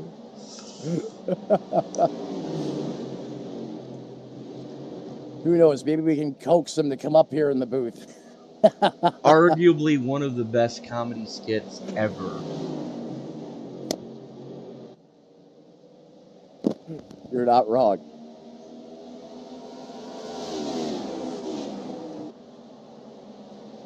Arguably one of the best comedy skits ever proved me wrong. I don't think I can on that one, Tony. Perhaps a close second is George Carlin jamming in New York, back from the early 90s. Well, now if you want to talk about favorites. written skits, the 7 words you can't say on television by George Carlin. That's my number 2 for George Carlin. Yeah, no, that was still good, and it was eye-opening at the time. Oh, very. But kind of made himself famous for that. yeah, no, I mean Carlin had some of the best political rants ever. That's why I love jamming in New York, because a lot of it, half the show was about the war in Iraq, and it was great. It was hilarious, but it was spot on, in my opinion. Unbeknownst to a lot of people, George Carlin actually used to own some buildings near Buffalo that were Section 8 housing. And it's funny you mention that, Tony, and this is no joke. I have pictures to prove it. My mom's fiance, for a lot of years before she passed away, was his official driver. Nice. George Carlin would not fly on an airplane. Nope. And Dave Capero was his name. He's lost his life a couple of years ago, but I got a ton of photos where I got to meet George when I was, in my later teens before I went into the military, and he was a really straight up guy. I wasn't sure how he would be, right? Because you hear him on the live skits, and obviously that's all an act, but that's all you know. And I was kind man. Very kind man, exactly. Couldn't have said it better myself, Tony. But I actually got to meet him when I was in college. Because my mom worked for a property management company that took care of all of his buildings, and my mom just so happened to be the district manager for that region, and she had a meeting with Mr. Carlin one day, and she says, "Hey, what are you doing today?" "I'm home on vacation." And I go, "Nothing, probably just gonna watch TV, maybe go see Tommy." She goes, "Come on, get dressed nice, we're going to Buffalo." "What's this we, Batman? That's your job." She goes, No, we are going to Buffalo. I got somebody I want you to meet." How cool. And I actually got to shake his hand, and I'll tell you right now, I almost pissed myself. I don't get starstruck too often. Because, I've been in the garage area at a NASCAR race. Right. I've met some of the greatest ever. I met Senior, I met Junior, I met Mr. Petty, I met both the Woods brothers. I've met at the early 2000s every driver in the garage area, and I don't get starstruck that often. I've actually sang at karaoke with Rock and Roll Hall of Fame inductees. Nope. Yeah. Matter of fact, a gentleman that used to sing with the Drifters used to come in all the time, and I was one of his backup singers for Blackwater by the Doobie Brothers, and it was an honor to be there. But I almost pissed myself meeting George Carlin. Well, the next time SRM does Say What karaoke, I know who I'm calling. I tried to talk them into doing that during the Miami trip. Apparently, Angel. I bet. Apparently, Angel and I were the only two that wanted to do it. Everybody else wanted to go to a titty bar. Well, seeing as you know what my profession is, if I was able to make it there before I exploded my 4G63 all over 95, that would have been a vote for karaoke, Tony. I know Dave, had he gone, he would have voted for karaoke. So then it would have been 3-3. But and you know it's a bad sign when you go to an adult entertainment facility. Could have warned you. And the prettiest girl there is one that your group brought with them. Oh, yeah. Well, there's some sketch places. Angel's girlfriend had never been to one, and okay. They took her to one. That probably was interesting. Her first experience, I'm not going to repeat it on air, but I'll tell you after the race, Matt. It was one of those things that just make you go, "Ugh." I think I know where you're going with that one. I think I told you this story before. Yeah, you did. You told me this story. About the guy throwing the money? Yes, sir. Okay. That happens from time to time. Yes, but the fact that she didn't drop a dollar bill as she stood up. Yeah, I know. That sketched everybody out. Tricks of the trade. Yeah. So the karaoke. If I go to Miami this year, I am definitely pushing harder for karaoke. You got to, especially as you get some liquid courage in everybody. They'll come around. I don't need liquid courage. Oh, I know you don't, and I certainly don't either. Hell, I'll sing Motorhead or Iron or Quiet Riot without a drop of liquid courage in me. We're not gonna take it. No, Quiet Riot. Oh, Quiet Riot. Not Twisted Sister. No, Quiet Riot. Mental health. Correct. I can hear Tony doing some Dean Schneider. Hard no, I can't. There's not enough people kicking the balls to get my voice that high. Oh. Oh, he's running over with a limo over his school bus. No. But I'm in the karaoke in quite a few years though. Well, food for thought for our upcoming trip. And Matt, after this race, I want you to look up a song. Matter of fact, I'll play it for you. That I have the karaoke version on my phone. Are you familiar with the Pink guy? I am not familiar with the Pink guy. Yeah. You're gonna. However, love this. I am familiar with Psycho Stick. No. Whoa. No, not quite.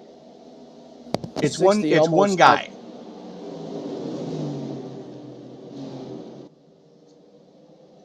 Have to check that out. I'm not familiar with the one-man band, the Pink guy.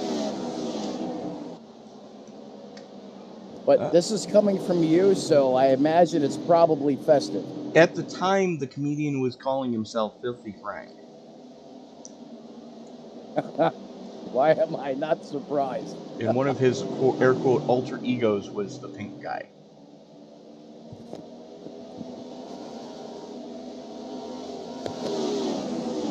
Chris Claude clawing his way back up through the field. He's just outside that 10th place position now. Just barely went a lap down there.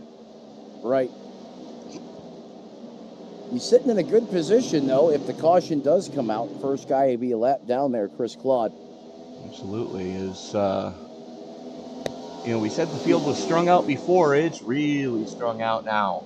It is. I mean, if you're just joining us right now, if it wasn't for the great camera work being done here by our crew, it'd be really hard to pick out who's who out in the racetrack. As these two guys have just stunk up the whole show. Yeah, they're stealing it. They've owned this piece. They've led every single lap between the two of them. That's Schneider and Murray. Teammates, of course, nonetheless. Are they teammates tonight? I didn't look at that. I'm pretty sure, unless I misunderstood Schneider, but I'm pretty sure he's either an alliance or on that. They're not. Murray's running in the PRE chat. Schneider's up in field filler. Okay. So they're affiliates, but they're not teammates. Teammates, correct. Yeah, PRE is Murray, Edstrom, and Heitman, with Schneider, Miller, and Murray running for field filler. But I'll tell you what, if you just, when we get to interview some of these guys so much because they're just so dominant, and the way they throw so much shade at one another, you forget that they're technically not on the same team. Well, if it was still early in the season, they would have all been in the same chat, but the league has kind of cracked down on that. No more than 4 on a team. And these guys split it up evenly, 3 and 3. Yep, 3 and 3, but I mean, they still have the performance out there on the racetrack. You wouldn't know it. No, absolutely. But, as a matter of fact, field filler right now has all 3 cars in the top 10, with RJ Root back in 7th. Miller's in 3rd, and Schneider leading the charge for that team in 2nd. Right. You got Murray and Heitman. When I hear field filler, I almost chuckle because, when you think field filler, I think back to the 2000s when you had all these starting guys. Exactly, and they're anything but. I think it's kind of a tongue-in-cheek joke. It's funny, uh-oh, instead of funny, ha-ha. Exactly. Whoa, a little bit of a wiggle there coming out of Murray, who's been able to keep Schneider behind him this run so far. Now we've cracked the halfway mark, 202 laps in the books. We're just about in the books, I should say.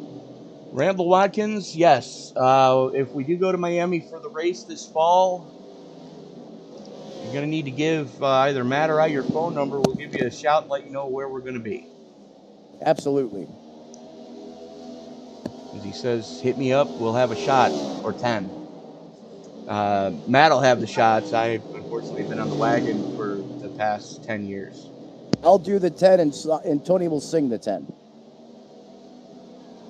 And unfortunately, okay, we're checking in now, and that's Randall letting us know in the live chat. He had to retire because of chemo. Brother, that sucks. Oh, I'm sorry to hear that. I'm absolutely sorry to hear that, buddy. But the fact that you're out there. Not to cut you off, Tony. Someone just massacred the wall there. I don't have it. Yeah, there was no one around him, thank God, but there was a big-time impact there. I didn't catch who it was. It was just on the far corner of the frame. Like you were saying, Tony, very unfortunate news. Sorry to hear that. But as you were alluding to, Randall's a good guy, though, always plugging away at it. And, I envy anybody that can be out on track right now because, unfortunately, I don't have my wheel and pedals. They're still in Ohio, and I can't get a hold of the guy that has them. And so I can't run, and I don't know how good I would be able to do here in a wheelchair anyways. I mean, I can drive a street car normally, but I don't know how I would do actually racing in competition, especially in these longer races. I wouldn't even want to attempt this. well, Tony, you always look at the positive side of things like you normally do when it comes to that.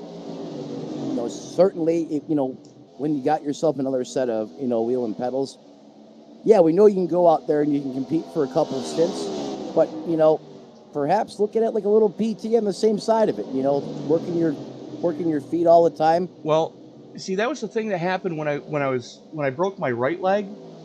I actually used iRacing as part of physical therapy to get my doctor to clear me to go back to driving tractor trailers. So I was on the right page. Right. Or on the right track. But, you know, I've been in this wheelchair so long that ain't no freaking way I'm ever walking again. Not more than maybe 10 feet. And that's only with some sort of assistance apparatus, be it a walker or a cane. Well, Tony, one thing you taught me, never say never. Well, the one thing I can say never to is I'm never going to be getting a knee transplant or, you know, replacement, because my doctor says I'm not eligible for it, and I've already talked to 3 orthos about it, and they've all come to the same conclusion. Best case scenario, I'm going to end up a double amputee if they did the knee replacement. Worst case scenario, see on the other side, first round's on me.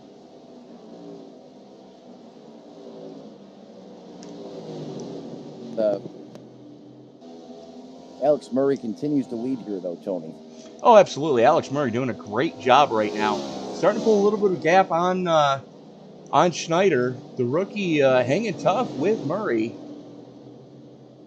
Miller and Heitman rounding out your top 4. So, you know, it's PRE and field filler at the top of this piece right now, with RJ Root flirting back there just outside the top 5. Root's gonna have to take a big swing at this. To try to get that car better in the final stage, but right now everybody just trying to hang on as we're closing in on 15 to go in this stage.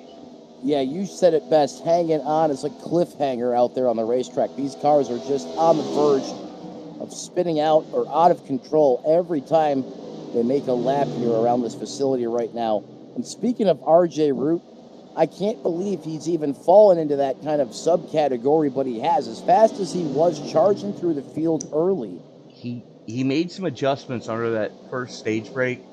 I don't think they agreed with the car, so he's going to have to figure something out here in the next stage break to get this thing figured out, as Miller and Heitman going door to door for third now. Yeah, here we go. And here's Heitman again at the end with the car that's starting to, you know, charge just a little bit harder than everyone else out there on the racetrack. He's able to get the spot. Something about that guy saving tires. He's just good at it. There's a finesse to it. There's an art to it, as you know. Yep. Unfortunately, though, he's really not going to be able to do much with it because we have that stage break looming.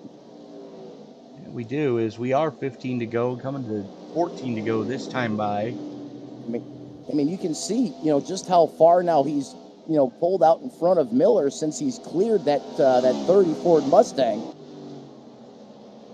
Yeah, he's already pulled out a little over half a second, but he's got 4.5 seconds to make up on Schneider.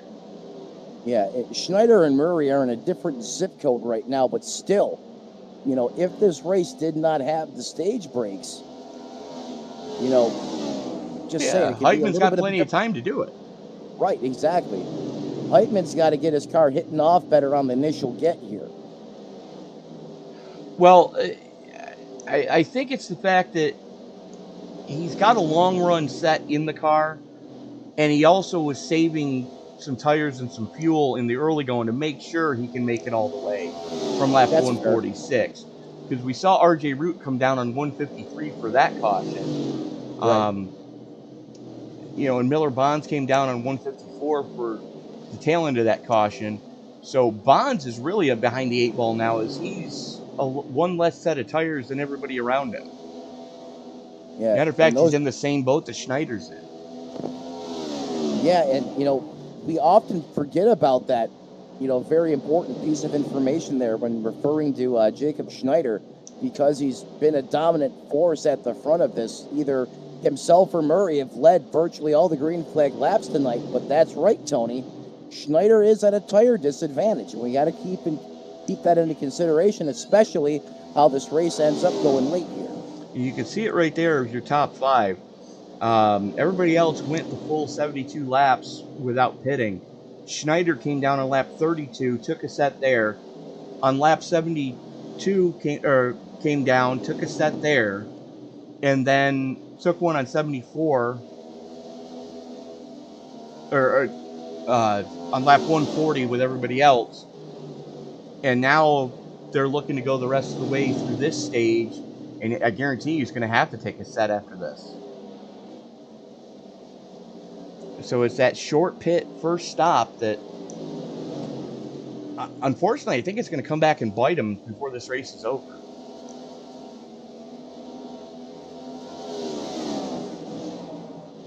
Alex Murray continues to show the way as Schneider has caught him. So apparently Schneider may have reverted some of the changes he made at the end of the first stage to try to wake this car up in the second stage, especially with the late going. Is, you know, we're already about 85 laps into this fuel run, so get skinny. The 31 Aaron Mack banged the wall coming off a 2. The leaders get by him cleanly. Is coming to 5 to go.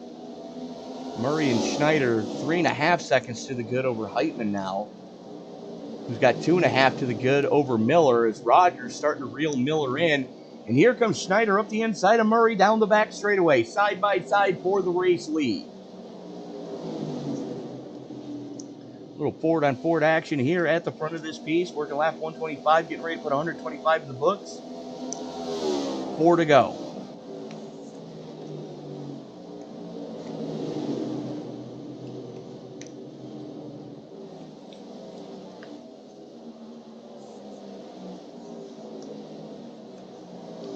Murray and Schneider have just put on a clinic here tonight, as still picking them up and laying them down. Run them up and fill them in. 3 to go.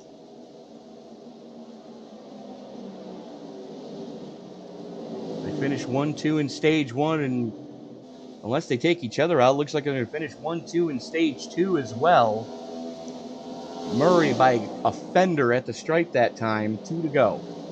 Schneider bombs it in, going into 1 on the low side. Murray not giving him a lot of room, no room to get it run up off the track, and those are lap cars in front of him. This is going to end poorly. Oh, this is going to end very poorly. 62 of Wilco gets up and out of the way. 2 to go.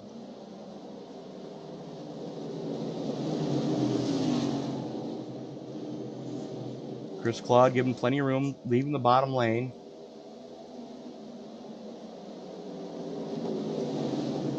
That is the aid of Alex Gangler. Gangler. Kind of holding up your race leaders right now. And I don't know why. Gangler's already a couple laps down. Yeah, I'd be out of the way by now. Now he goes up the hill here. I mean, that lets Schneider close all over the back of Murray. That's when you get ready to start punching puppies. Here we go. For the stage win. Give it to Murray. Schneider Murray hanging wins. on for second. Heitman, Miller, Rogers. Tanner Marty, Miller Bonds, Rich Jett, Cody Colley, and Dalton Mobley round out top 10. No, Mobley's 11th. Colley getting the final point that time. Again. So Thank you. That just updated on my end now, Tony. with that, we are going to step away, pay a couple more bills, and we'll be back right after this.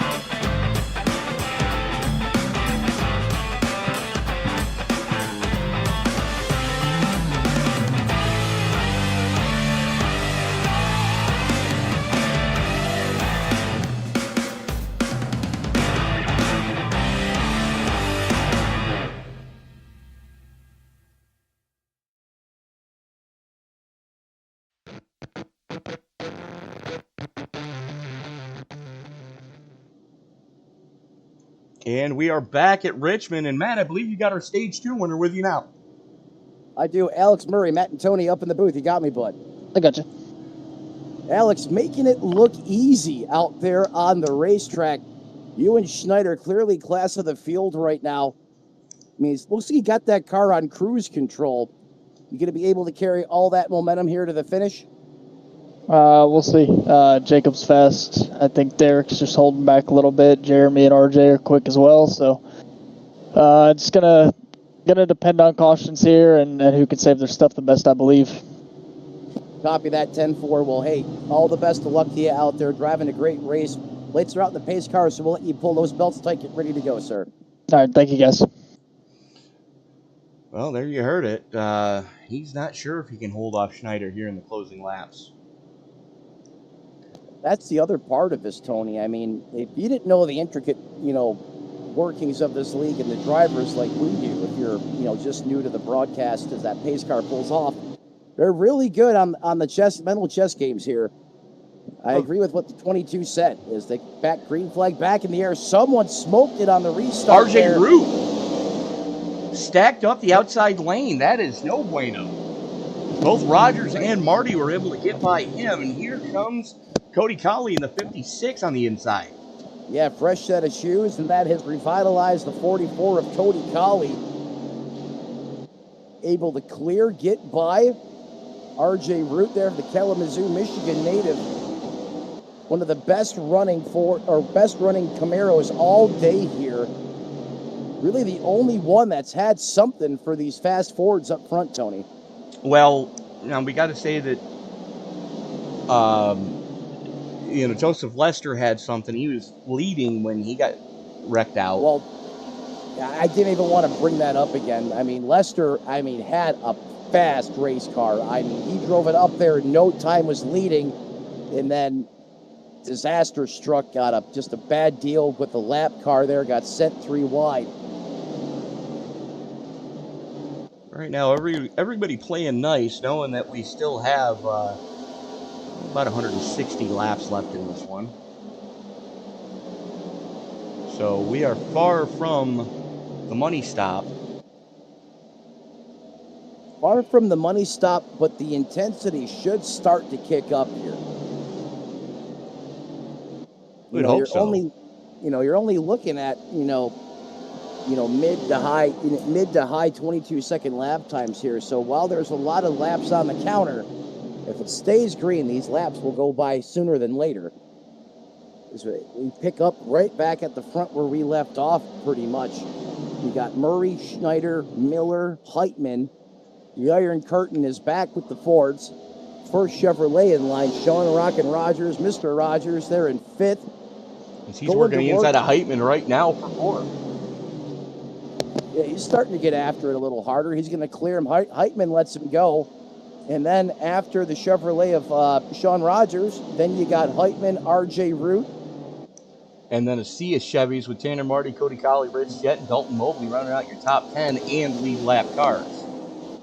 Can you get that next pack of Chevys to make the jump, make the leap forward? I think that would really help out Rogers. Having just some more manufacturers up there to help him, tame the swarm, if you will, at the front of this field.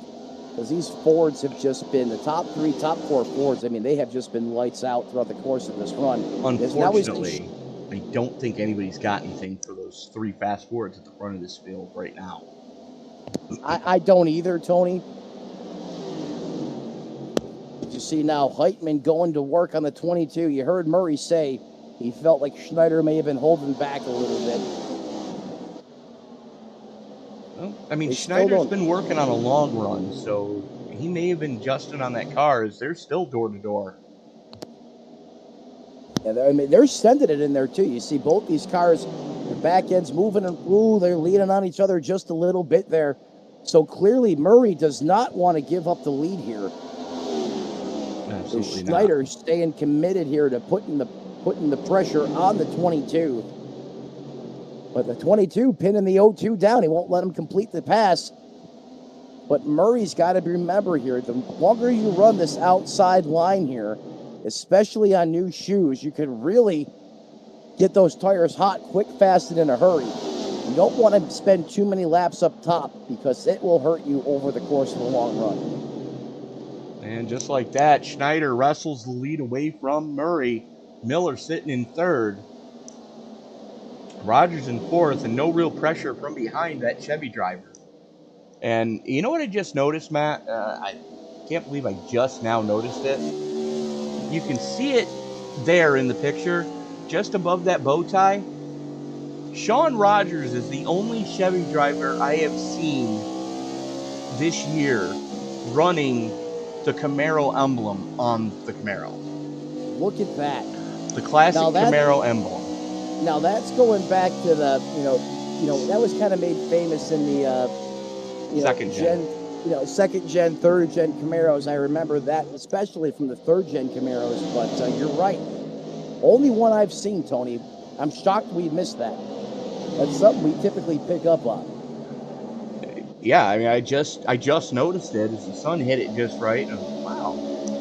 All right then. So the battle right now at the front of this piece, P1 Coffee against Gearhead Coffee. Battle of the Brews. Battle of the Brews. The non-alcoholic libations this time. I mean, back in the early 2000s. Well, back in the early 2000s, you had the Battle of the Beer Wagons with Rusty Wallace running for MGD and then Miller Lite, Dale Jr. running for Budweiser, Casey Kane running for Budweiser, and why am I drawing a blank all of a sudden? The Coors Light. The Silver Bullet. Yeah. Marlin. Sterling Marlin, thank you. So you had the Battle of the Beer Wagons, and then it was the Battle of the Booze Wagons when Jim Beam had Robbie Gordon, and Clint Boyer was running for Jack Daniels Old Number 7. Yep, and then outside of that, then you had the cell phone company battles as well with Singular and Altel and. Yep. You don't see that as AT&T. much these days. AT&T. Singular was a big part of Jeff Burton's, greatness there at RCR. Well, Singular got bought out by AT&T. Right. And there was a big to-do back when Winston left the Cup Series that Sprint was taking over, or Nextel, and then it was either Sprint then Nextel, or it was Nextel then Sprint. Nextel then Sprint, and there was a big to-do that they didn't want any other cell phone companies in NASCAR, but these teams had already signed multi-year contracts with these cell companies. So they were grandfathered in. Yeah, and you had Kyle Petty running for Sprint. Jeff Burton running for Altel. For Singular. Ryan Newman. Ryan Newman was for Altel. Altel, right.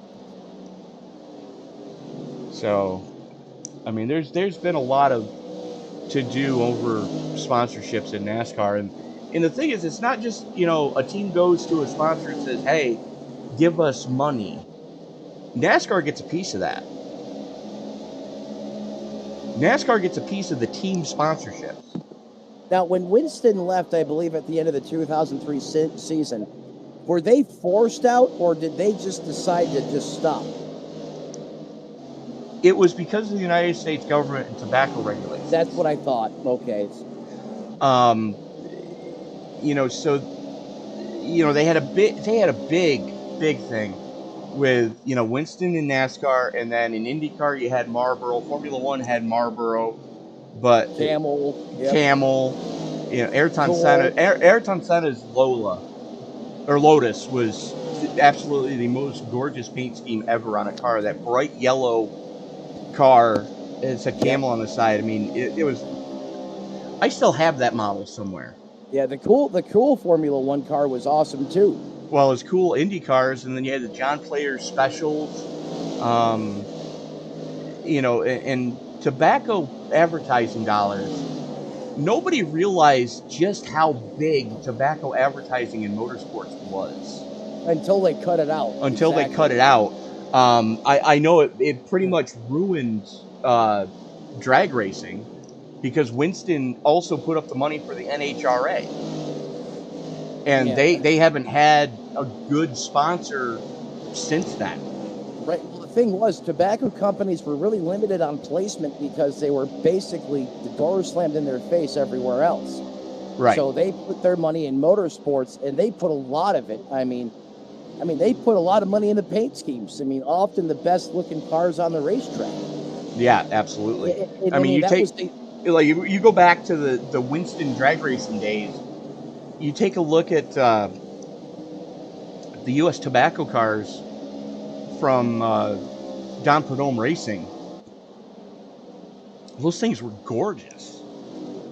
they really were. You know, it wasn't until they got forced out of motorsports and everyone sat there and was like, "Oh, darn! You know, what do we do now?" Yeah, I mean, you know, the cell phone companies have tried to step in NASCAR, and that was short-lived. Energy Coca-Cola drinks have. Coca-Cola was one of the longest sponsors for the NHRA with their Powerade brand. And then Mellow Yellow, as we are Caution speaking on the of racetrack. yellow. As Tony mentions, Mellow Yellow, the lights at the track go to yellow. Caution on the racetrack. We go back to the SRM instant replay here. It's like Gangler, Mobley getting into it.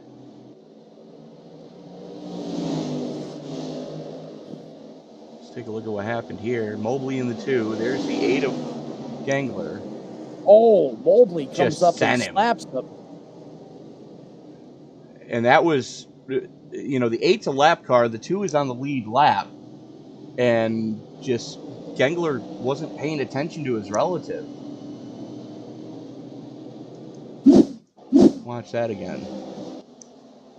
There's Mobley. There's Gangler in front of him. They got another lap car in between them. That's the 80 of Mark Johnson, who's a couple more laps down. So none of this is for position. And Mobley just goes in and just tags the 8. Boink. And watch this. Chris Claude, amazing driving, staying out of that. Yeah, anytime I see a spit on the racetrack, I automatically in my mind say, "Chris Claude, please don't be in it."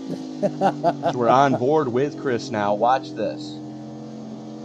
It was a great job here, the Tennessee native.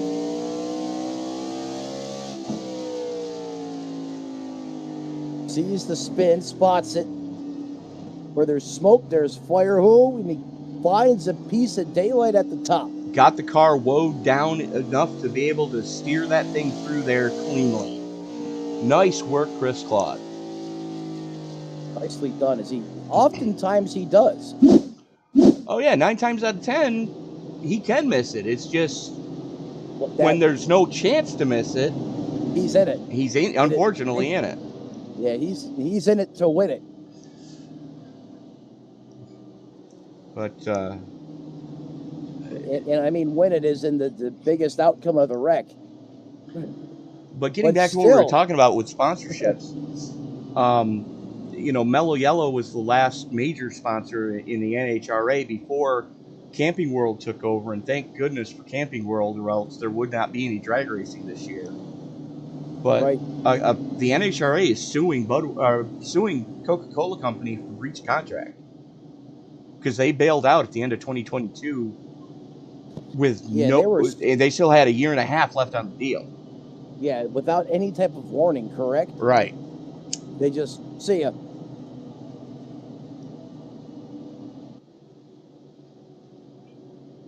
So that's still caught up in litigation, but thank goodness for Camping World stepping in big time to sponsor Top Fuel Funny Car, Pro Stock car,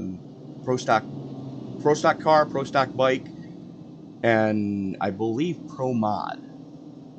You know, a lot of that because they had the money that they weren't spending on the Truck Series as Craftsman now back to the Truck Series. Right. As they were back in the 90s when the Truck Series first hit the scene. Which, you know, as much as Craftsman has gone, and I don't mean this in a negative way, but they've gone downhill. You used to be able to go into any Sears store when Sears was still a thing, kid. And Die-Hard batteries and Craftsman tools. Die-Hard batteries and Craftsman tools.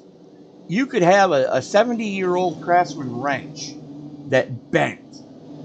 replace it on the spot. And you may have been evil with the wrench, put a pry bar on it, and done things to that wrench that was not meant to do, and they would still No. replace it free of charge. Even Try that at Lowe's these days. Even the power tools. Oh yeah. Hell, I still got my dad's old Craftsman drill. They just don't make them like they used to. They do not. Here we go. Once again, Alex Murray with a great restart again on the top side of the racetrack. Schneider with a mirror full of Miller. And look who's up on the top side, letting it eat. R.J. Root. 69 time, but he's going to get a handful here. He's going to deal now with Sean Rogers in the 44. Look at Rogers fighting to keep R.J. Root pinned up there. He's sure trying. He's going to send it into the corner. So does R.J. Great job by both these drivers. You know, Rogers not sliding up the racetrack into Root. Now, here's the thing, Matt. If you're a crew chief, are you in Sean Rogers' ear going, just let him go for now. The race will come back to us later in the run? If it was anyone else than R.J. Root, probably so. Just because I know how good R.J. Root is. Let me change that. If it's R.J. Root, if it's Murray, Schneider, Stein time, I'm probably going to let him go ahead and just try to get that spot. If it's anyone else, I'm going to say, hey, you know what, we got a good long run car here. Just manage your stuff. The race will come back to us. And there you see Rogers working the inside on Heitman now. Rogers up to 4th, Heitman back to 5th. Someone cut Rogers loose here. Somebody told him go like hell. Yeah, it's time to boogie. We see him now quickly closing in on the 30 of Miller. Just don't want to go too hard too soon and burn those good years up. Well, we still have not seen the money stop, as we're still probably, I'd say a good 40 laps from that taking place. Yeah, or we think. How many times have we seen these guys throw a curveball at us when it comes to the pit stop strategy? Well, I mean, everybody came down on lap 263. Right. So, I know you would think, you're right, at least 40 laps, but I mean, these guys, we've seen them do crazier things, and it worked. Yeah, we have. But you got to feel for Schneider, Root, Heitman. No, I'm sorry, Schneider, Root, and Rich Jett. They are all in one set of tires deficit to the rest of the field. Right, and that's the hidden blemish, right? Yeah, that's definitely going to be a rough one. Right, that's the one thing that everyone probably keeps forgetting about is the fact that those cars at the front, they have one less set of tires than everyone else. So if we get into a situation here where we get some cautions inside these last 100 laps, that could really change things up. Well, Murray's still got a couple sets laying. Schneider, I think, has one lap. Miller's got a couple. Rogers has a couple. Heitman's got a couple. R.J. Root, I think, only has one set left. One. Yeah, R.J.'s only got one left. Tanner Marty's got a couple. Cody Colley's got a couple. Rich Jett, I think, has only got one left as well. So, yeah, I mean, if the complexion of this race changes a little bit here and we get away from these longer green flag runs, this could play into some of these teams' hands that have the jokers in the pits, that being the Goodyear Eagles. Yeah, absolutely. And, Murray and Miller are in good shape. Rogers is in good shape. Heitman's in good shape. Tanner Marty's in great shape. So is Cody Colley, and so is Dalton Mobley. But it's those guys that burned a set early that I'm still questioning that decision. The other side of that, let's just be honest here. The Prodigy cars and affiliates, they know just how good their setups are. And maybe, I mean, they've ran a lot of races so far this year. We've just been about every type of racing surface out there, over the course of this season. Part of it could be just confidence, Tony. That's a good possibility. Now, at times that can come back and bite you. We've seen them have humbling moments this season. We have, but it's hard to bet against anybody with a Rayco setup in their car. That's very true. Well said. On any given race, there's two setup shops. And the other one I'm thinking of, Matt. Yep. Watson Racing Setups with Kenny Capola.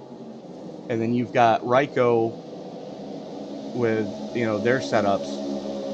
And those are the two of the premier setup shops in iRacing right now for next-gen cars. Yeah, those are the big two, for sure. And, then you've got McConey that, they're still good. I mean, but they don't have that final 2% that Rayco and Watson have. Now, in the case of McConey, maybe they put in just as much time as, Kenny Capola does. Now, we know how much time he puts doubtful. in because nobody puts in as much time as Kenny Capola does behind the wheel tuning on setups. Well, and I don't mean that as a bad thing, just that man literally spends his entire life, it seems, dialing in racing setups all week long, almost every day, daily. That's his job. That's right. That's what Kenny Capola does for a living. And that's why on a Wednesday night, it's Team Watson to the front just about every week. Right.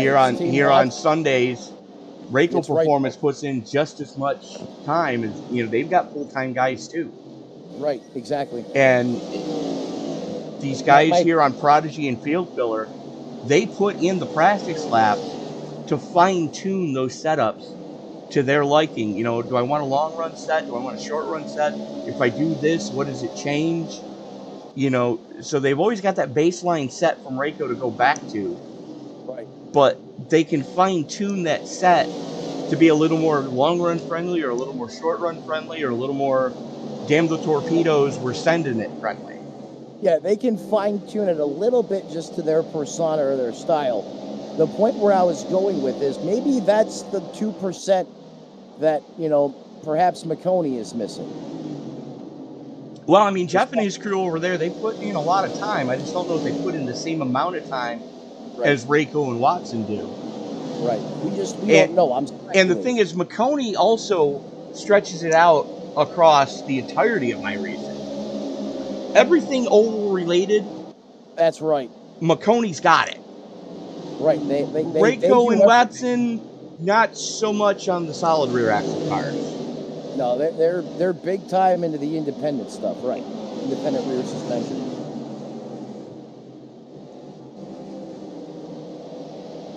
Dalton Mobley in 10th goes a lap down.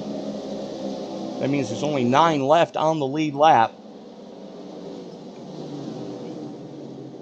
And there is the two men who are the last 2 cars on the lead lap. Last 3.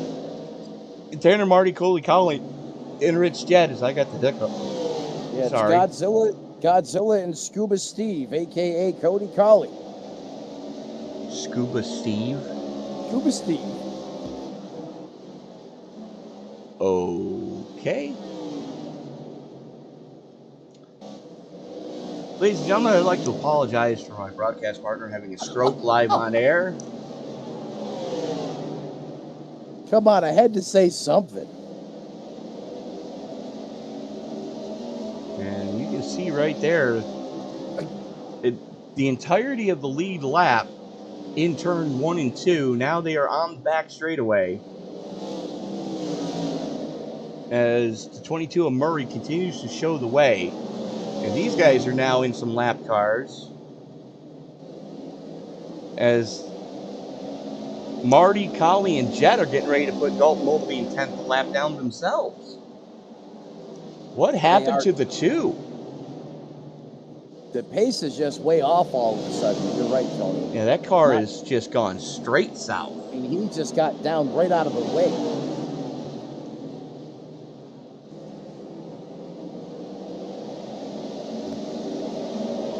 Maybe he had a moment there on the racetrack, but I mean, was certainly when we went to him there just a moment ago, he was definitely off the pace. Well, he is way off the pace right now as we're taking a look at the split times between Mobley and Jet.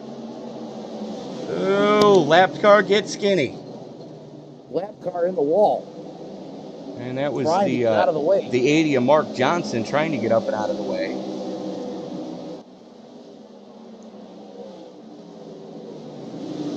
Meanwhile, though, your lead lap's starting to get a little strung out as Rogers and Miller is your closest battle on track right now. Third and fourth place, running only about a couple car length separation between the two of them as we are closing in on the 3/4 mark of this piece. Yeah, working lap 2:95. You folks at home got it tuned into the right YouTube channel. Now subscribe to your #1 eSIM sports action leader right here on SRM. 7 nights of high-flying, high-octane racing action. Smash the like button, ring the bell, join the family. Tony, we have action literally 7 nights a week right now. We absolutely do. And, you know, checking in with the 27 Randall Watkins, who's in the live chat right now. And Randall, this is what keeps me going too. You know, I've been in a wheelchair for, it'll actually be 4 years next week.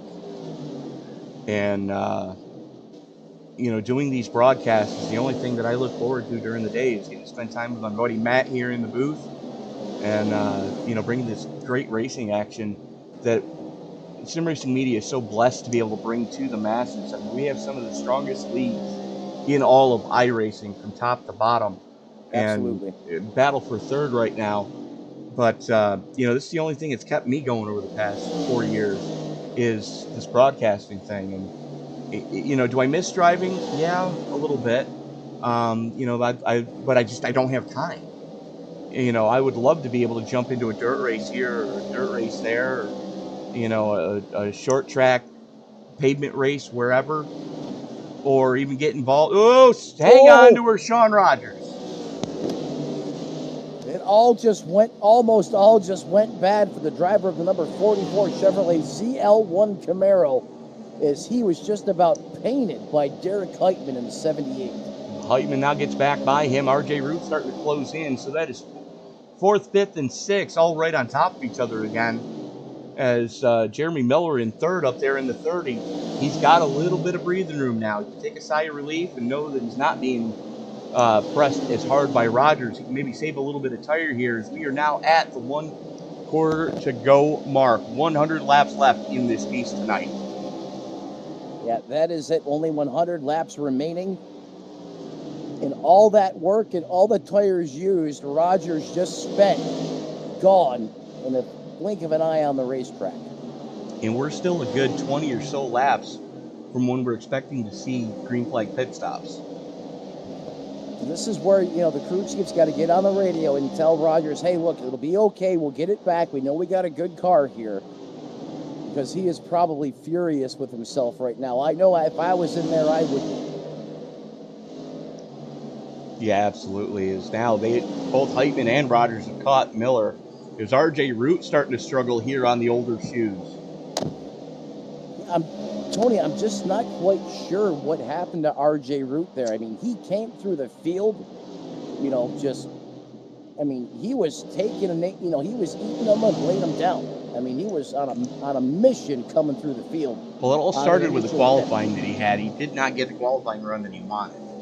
No, he didn't, but still, I mean, he came through the field furiously. And then it just seemed like after that first round of pit stops, the car kind of, it's like it lost a step, if that makes sense. No, that absolutely hits the nail right on the head. As battle for third, Heitman on the inside, Miller on the top shelf where Grandma likes to hide the cookies. Give it to the cereal bowl of Heitman as he is digging on that bottom shelf. Any spring salad in there for Grandma, Tony? No, that's in the refrigerator. Only Tony gets the spring salad. He doesn't share that with anybody. Well, my grandmother used to make a wicked dandelion salad. Is that actually a thing? Yeah. The leaves off dandelion plants, Uh-huh. you blanch them like you do spinach. Okay. Okay, so you soak them in cold water for about 24 hours with a little pinch of salt to get all the nastiness out of them. And then you mix it with like some romaine lettuce and some other greens. It's great. It's got a great crunch to it. Good flavor. Try that out sometime. Publix has them in their organic food section. Oh, well, that's right around the corner from me. That's why I said that, because it was the grandmother in Florida that used to give it to us all the time. Gotcha. Yeah, no Tops, Wegmans, none of that down here. Unfortunately, no. But, Matt, if you ever make it back up here, first round of Wegman subs are on me. I was just going to say, that's one of the things I miss. Those subs, man, you couldn't beat them. Had a whole deli there in a submarine. I just had one Friday night. And I hate you. no, you're going to laugh at this one, though. I said I wanted a Wegmans assorted, which is ham, roast beef, and turkey, on white, no mayonnaise, no cheese, white lettuce, extra pickle. I get the sub home. Mm-hmm. Now, mind you, I sent my aide to go get these. Okay. The girl that comes in 3 times a week to help me keep the apartment nice and clean. She goes and gets the subs. Gotcha. She gets hers. I get mine. I open my sub up and go, what the fuck? There's no meat in here. What? That's what she said. I go, there's no meat in this sub. So she takes it back. She takes it back to the sub shop. Says, I want to speak to the manager. Manager goes, oh no. Don't tell me it happened again. And my aide opens the sub. She goes, damn it, that's the second time. Looks like I gotta fire somebody today. Oh. There was only lettuce and pickle in my sub sandwich. Talk about the ultimate letdown. So they reimbursed us, for the subs, luckily. And Heitman's in the pits. 78 brings it down. About 10 laps earlier than I was expecting to see anybody. Yeah, this is potentially the money stop here, Tony. And actually, Miller and Root have already come pit side as well. They're back out on track on their last set of fresh tires. Yeah, that's the 30 of Miller, the 69 of RJ Root. They've made their pit stops. Question is now, does this flush Murray and Schneider and Rogers down pit road sooner than later? Part of me thinks it almost has to. Because the undercut here is so big. I mean, you take a look at fast time to last time, you're a full second or more in fall off. Right, so every lap those drivers are out, that Miller, Schneider, and company stay out there, that's a second they're gaining on the racetrack, if not more. And with a 45-second pit delta from cone to cone. Right. These guys that's a lot. Don't have a big enough lead to stay out too much longer. No, they don't, and that's the thing. I mean, yeah, they have a sizable lead right now. But I know they're hoping for caution. That's the only thing they're hoping for right now. Right. But at some point, if that yellow doesn't wave, they're going to have to come down to Kansas Sunoco Fuel for Goodyear Eagles. They can't wait too long here. The thing is, I don't think Miller, Root, and Heitman can make it, though.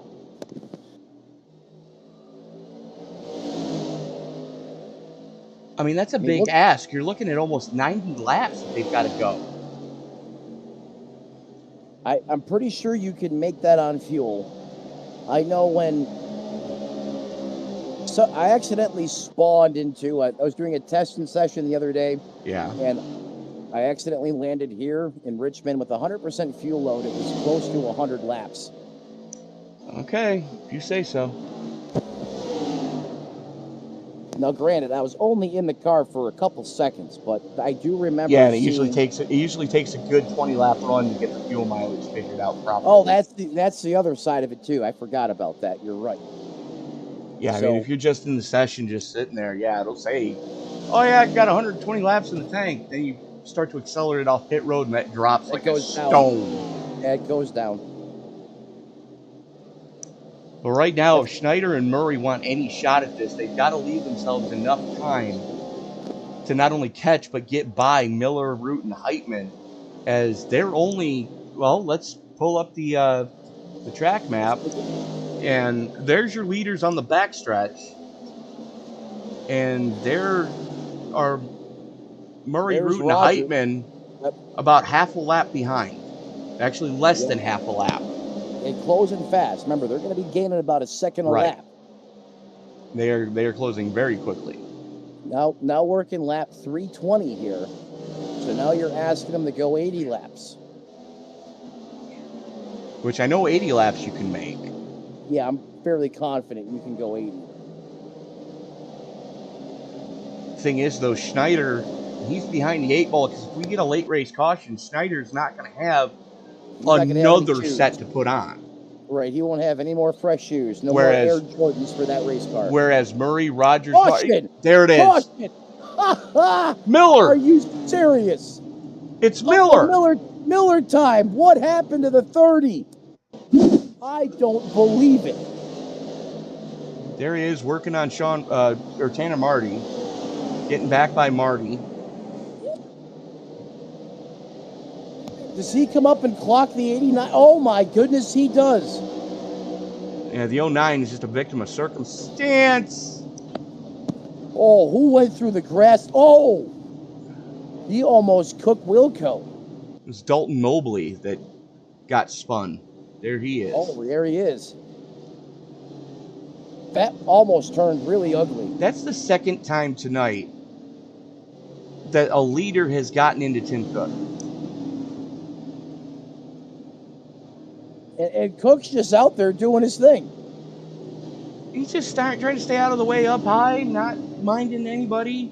It looked like Miller sent it in there a little too hard on the racetrack. Yeah, Miller definitely cooked it. Well, that definitely throws a monkey wrench in the works. Well, it does, and that's what, Tony, you mentioned maybe, or referenced, that's what Murray, Schneider were hoping for. Well, they got it, and there they are on pit road.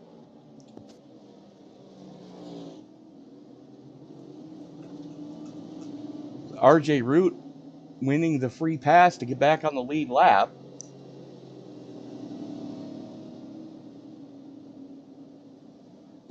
Unbelievable. I can't believe it, Tony.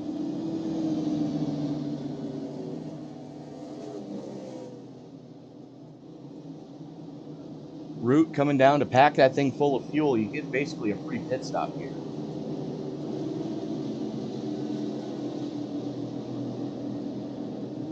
Unbelievable.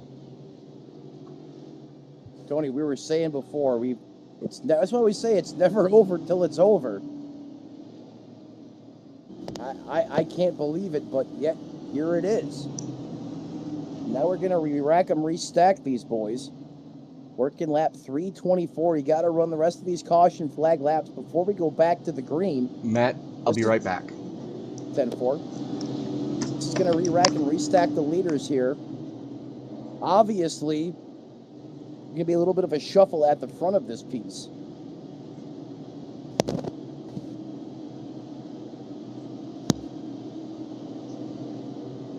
So I'm Matt Metler. He's Tony Trapasso.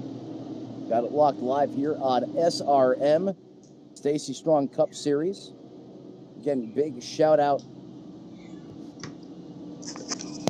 to everyone making this broadcast possible throughout the course of the month of July.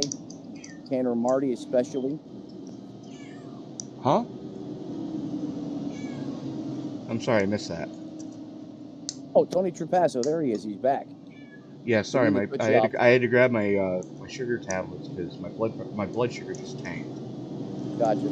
Or not Tanner Marty, Brian Tarnowski. Got to give a big shout out to him for keeping this broadcast alive and well throughout the entire month of July here. Yeah, and with that, we honor his late wife, Stacy Tarnowski, who unfortunately, a little over a year ago, lost her battle with breast cancer for the second time. She had it twice, and she beat it the first time, and unfortunately, second time, they didn't catch it in time. So we race in her honor.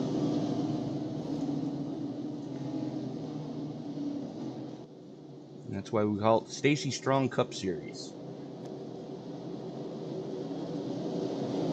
Be strong like Stacy. Couldn't have said it better myself, Tony. And we're going to see just how strong Schneider and Murray are here in the closing laps. Both driving for Ryko and P1 Coffee. Green flag is out, and it's Chevy on Chevy action for 3rd, 4th, 5th, and 6th right now. Yeah, they've been the leader in the battle of the Camaros all night tonight. Tanner Marty and Sean Rogers. They need to get this sorted here so they can go and see if they can go ahead and run down Schneider and Murray, who have clearly been the class of the field here throughout 328 laps of competition. Should start seeing some of the fastest lap times we've seen all evening now, Tony. Absolutely. I mean, from this point forward, you've got your money stop done and dusted. Katie barred the door as we're only leaving 9 guys on the lead lap currently. Chris Claude in 10th. The first car 1 or more laps down, currently 3 down. Chris still having a great night, though. Oh, absolutely. I mean, that Toyota looks just as pristine as it was when it rolled off the hauler. Well said. Right now, though, the 0-2 and the Double Deuce going after each other for the race lead. Tanner Marty holds down 3rd. Sean Rogers in 4th. Cody Colley, Rich Jett. Those 4 Chevys running 3rd, 4th, 5th, and 6th right now. This is the strongest Chevy field we have had all season long. Yeah, you're right, Tony. By a decent margin, too. So now the Chevrolets have got ganged up. They are nose to tail in their own train. Can they work together here to reel in Schneider and Murray? I know that's a tall ask here, but if anyone can do it, I think a couple of these Chevrolets have the best shot.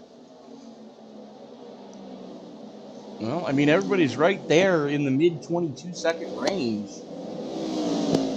So the biggest difference right now, those Fords at the front got them by a couple tenths. 22.55, 22.53 to a 22.75 and a 72.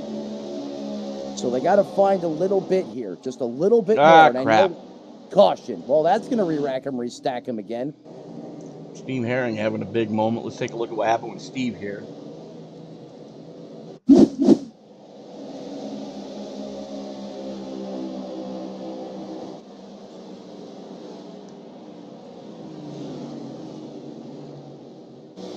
Nobody around him either. Oh, that's what it was. He jams on the binders to stay off of Brandon Edstrom, who's having issues.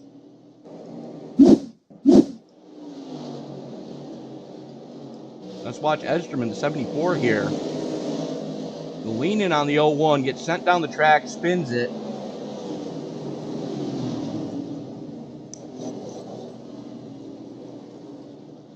And Steve Herring eats the wall just to stay off of him.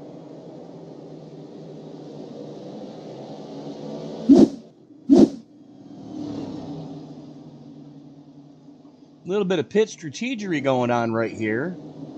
Yeah, I'll say. Interesting. I didn't see that coming. Murray, Heitman, Miller, Root, and Colley all coming down. 2 tires for Murray. Does the lefts go up? The lefts go up. Lefts go up. Final tires. set. Now we know why Schneider stayed out, because he was at a deficit. He didn't have that set. Right. So Schneider, can he hold off the Camaros now, and look where Godzilla is. He is all the way up to 4th. So you have the lone Ford of Schneider, and then you got the trio of Camaros. You got Marty Rogers, and then the 77 of Rick Jett. Alex Murray splits the Camaros, and then Cody Colley in 6th. Murray just took his final set of tires, as did everybody else that came down pit road this time. Right, and because there's such few cars on the lead lap, I mean, Murray puts four brand new sticker tires on it. He's going to line up back in, well, according to my timing and scoring, 5th. He has him in 5th right now. Inside 3rd row, and everybody in front of him has about 12 laps of anger under these set of tires. Anger management. Yeah.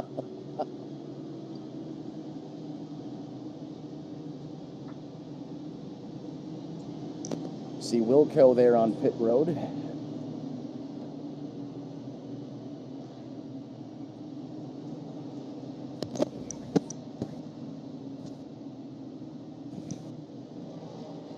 This Let's is about see to if get Godzilla. interesting. Yeah, it's about to get interesting because you're going to watch Murray unleash the fury here, as I like to say. I think we're about to see some purple popping up on the scoring and timing, Tony. It's a good possibility. Right now, Jacob Schneider shows the way in that P1 Coffee number 02. Tanner Marty, your highest running Chevy, sitting +6. John Rogers sitting +9 in 3rd. Rich Jett +17, with your biggest movers back there in 6th. The 56 Cody Colley +23.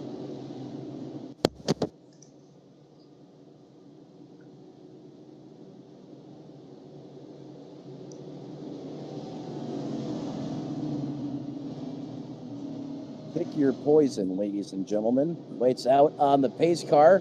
Chevrolet for the first time on the front row for a restart. Place your bets. And it looks like Kayla Schneider, I got my money on the 02. And Amanda Price rooting for the 44, Mr. Rogers. Here we go. Great restart by Schneider. See Schnookersum on the restart once again. The Chevrolets go to battle here. And here comes the 22 on the fresh tires. Marty trying to give it everything. All the cojones on the top side just didn't have enough there for the 22. He squirts through. RJ Root trying to get around the 29 of Marty now. As now Murray sets sights on the back of the 44 of Rogers.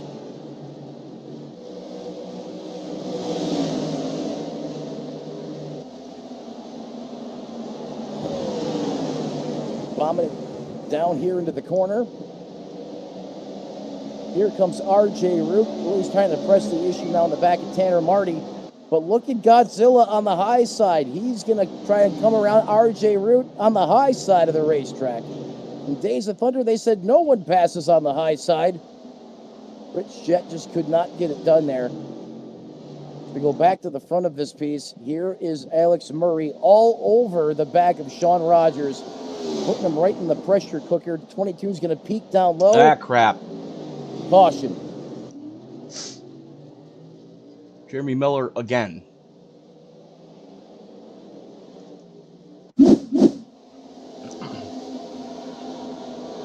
Miller, Tim Cook, and Steve Herring all popping up on my end. See what happens here. There's the 89 of Herring. Car high, bud. Oh, car high. Oh, ouch. Jeepers. And Miller gets mowed.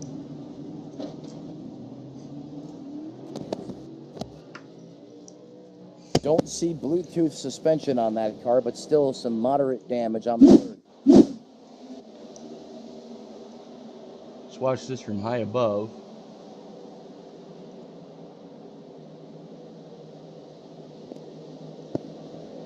See Herring in a 3 wide. And Rafael Rodriguez is a victim of circumstance. He was up and out of the way, and those two cars battling there between Miller and Herring just got into him. I think that's the second or third time Raphael's been caught up in shenanigans that really weren't of his own doing. Mm-hmm. It absolutely is. He's just had horrible luck on the racetrack as far as wrong place, right time. And Tanner Marty, Oh, Sean Rogers, and Rich Jett all just came down for their money stop. Team Godzilla just hit pit road, a.k.a. the Camaros.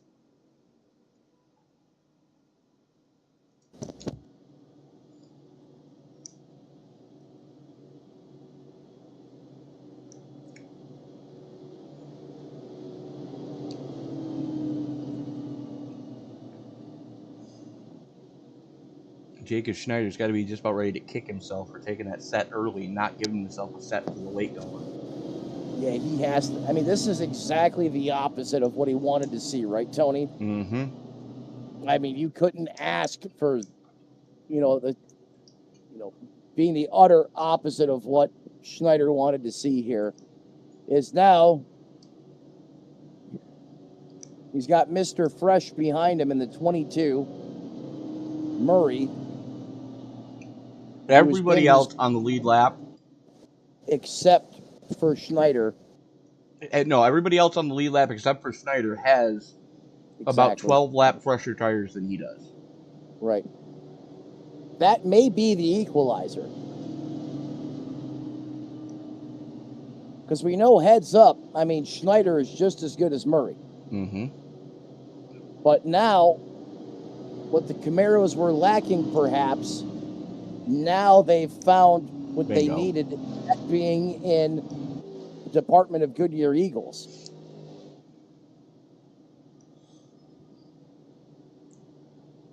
You know, somebody we haven't mentioned a lot tonight is your highest running Toyota.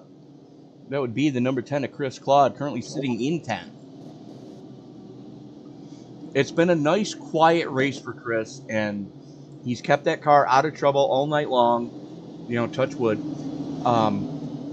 And for the second week in a row, the Verizon car looks like it's going to be on track to come home with a top 10 finish. And he said, I'm pretty sure he said, as long as he keeps finishing inside the top 10, they'll keep the 5G. They'll keep the 5G ride on the racetrack. He said, I believe, last Monday night at Pocono. Yes, I did hear rumors about that. And here we go, though. 4 Fords followed by 4 Chevys. What could possibly go wrong? Schneider spinning his tires on the restart? Sure, why not? Not that I want to see that. I want to see him hold off all these fresh tires. I'd love to. Schneider gets a great restart here. Not the case. He made him eat. And this is the furthest forward RJ Root has been all night as he wrestled second place away from Alex Murray, who led a good portion of this race. Oh, here comes Murray back, though. He's going to fire it in on the bottom. RJ goes on a little bit of a defend line here. He's not going to give Murray the room he needs. He's going to keep him pinched down a little bit. RJ able to clear. Caution back on the racetrack. Guess who? No. Yep.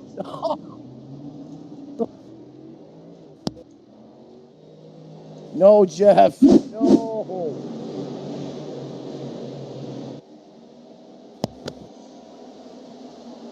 What happened to Carson? Well, he's got the 31 to his inside. Matt Mackin. Oh, he just loses just overcooked it.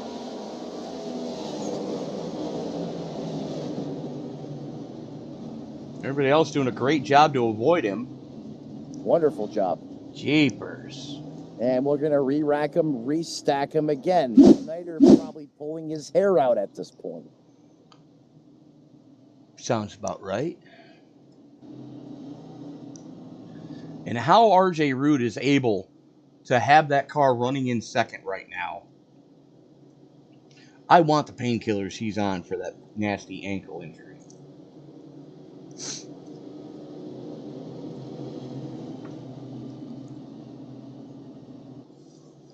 $50 to go. That's all Schneider has to hang on for is 50 more laps.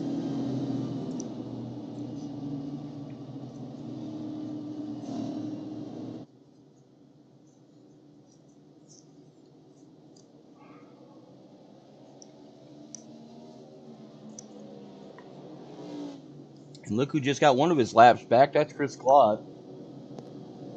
Yeah, that's no one's smiling bigger right now. Matter than of the driver fact, at Chris number is now 10. back on the lead lap. Lead lap. Now he's got a really good shot at finishing inside the top 10. Absolutely, especially with Jeremy Miller back down pit road trying to get some damage fixed.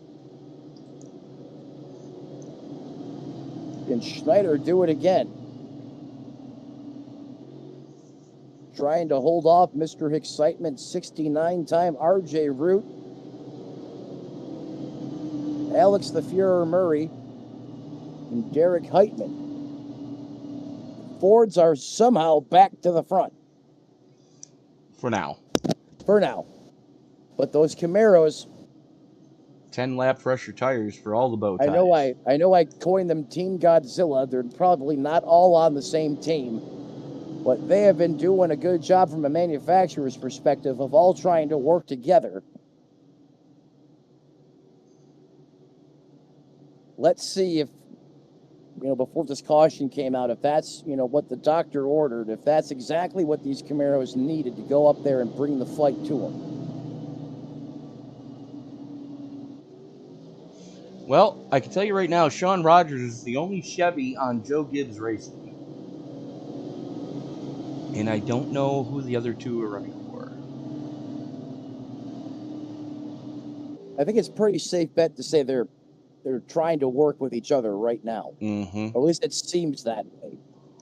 Oh, it absolutely does, and it would definitely be the right call to do that. Right, I agree 100%, Tony. Big picture racing. Absolutely. And the thing is those guys, they're not that far out of contention for the points either. No, they're not. Let's take a look right now. Let me back that up just a little bit. You got Tanner Marty in 6th, Rich Jets in 8th, Sean Rogers is in 11th.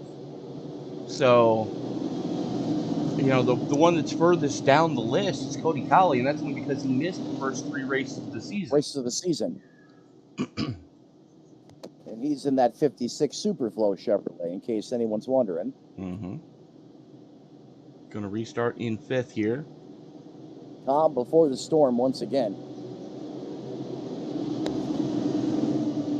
Reach up there, boys. Pull those belts tight one more time. Make sure Grandma's got some kernel-free popcorn in her bowl, because it's time to get it back on here at Richmond. Green flag back in the air. Another great restart. 3 wide. By Schneider, 3 wide. Oh, I don't like this, Tony. Every time we've seen 3 wide, okay. Heitman backed out of it. Yeah, Heitman backed out wisely. Every time we've seen that tonight, it is, I don't care who it is, Tony, it has not gone well. No, it hasn't. Heitman realized it quickly and just backed right out of it. Curry trying to make quick work here of RJ Root. Oh, he gets loose off the bottom, but still able to clear. Because Root was loose off the top. These guys are still picking him up and laying him down right now. Schneider out to a half second to the good. Running for his life right now as he sets quick time of the race, 22.37 last time by. Well, we said we'd start seeing some purple on the scoreboard, and there it is. That's on the lower side of the 22-second bracket, too. That is flying. Matt, look at your screen. Everybody just set their fast lap of the race. Just lap of the race. Everybody inside the top 7. We got greens all over the screen. These guys have definitely turned the wick up now. Full send. Hashtag full send. Mm-hmm. As a matter of fact, RJ Root and Sean Rogers, identical times. That's almost impossible to do, down to the 1,000th.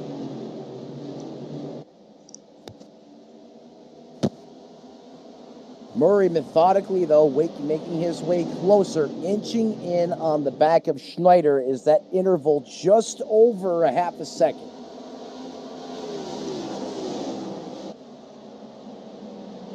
Is everybody working on Heitman right now? That's Rogers on the low side.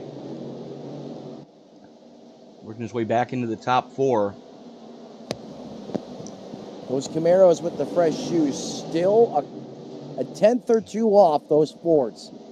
And it's 10 lap newer tires too, so Rogers has got to make something happen before the tires start to equalize. And he is right now, as you see him making a pass there on Heitman.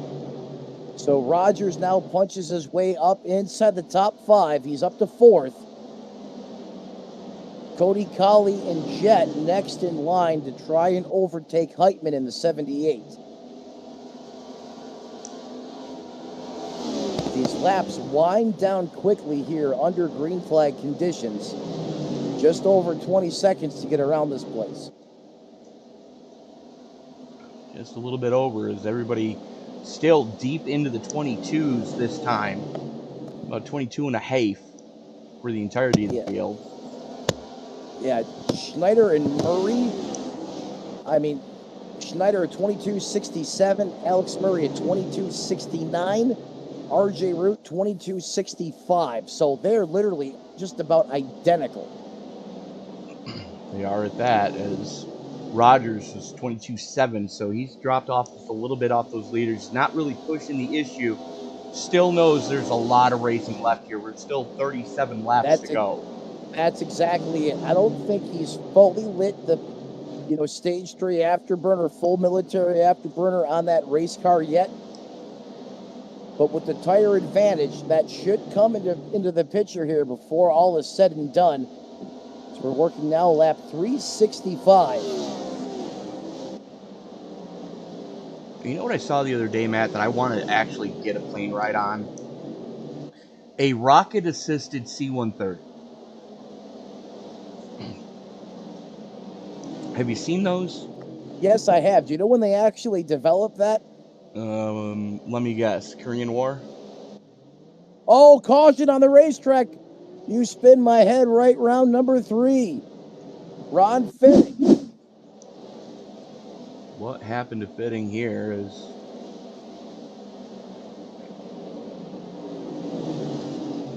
Don't tell me the 60 again. Nope. Oh, just lost it up. They almost saved it, comes back up, keeps it out of the wall. Nice save by Ron Fitting.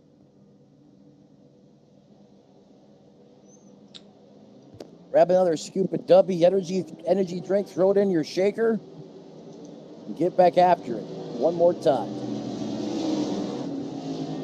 So when was the rocket-assisted C-130 invented? It was actually put together for shorter takeoffs.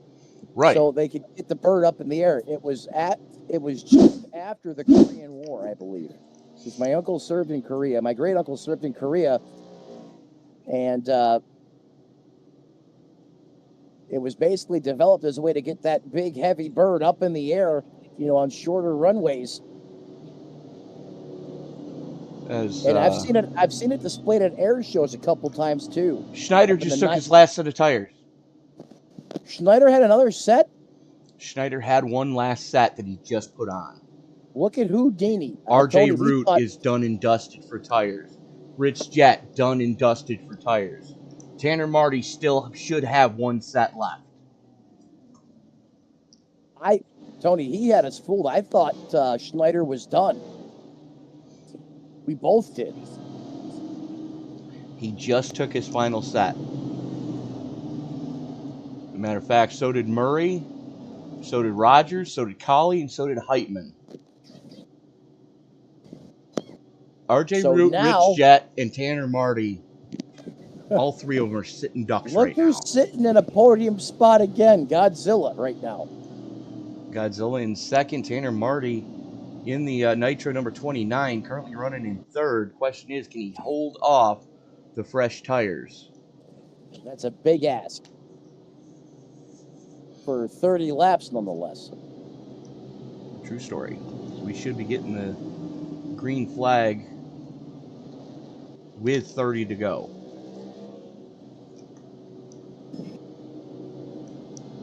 Lights still on the pace car. Rich Jet in the freshest, cleanest air he's been in all night in that 77. That for the case of Tanner Marty as well in the 29. Now you just gave 69 time the lead. We haven't seen how that car is in fresh air. We're about to find out. What in the world? Never mind. Someone's scrubbing the tires really hard back there. Yeah. You know, Matt, I just had to grab my sugar tablets. I find it amusing that this thing is about the size of a quarter and about as thick as 4 quarters stacked on top of each other. Oh my goodness. And it says, please chew this medicine before swallowing. How else do you expect me to get it into my body? You want me to shove it up my ass? Man, these suppositories you gave me taste like crap. I'm not supposed to eat them. What do you want me to do? Shove them up my ass? Yes. You know, you get a good look at a T-bone steak by sticking your head up there, but what, you want to just take the butcher's word for it? Absolutely.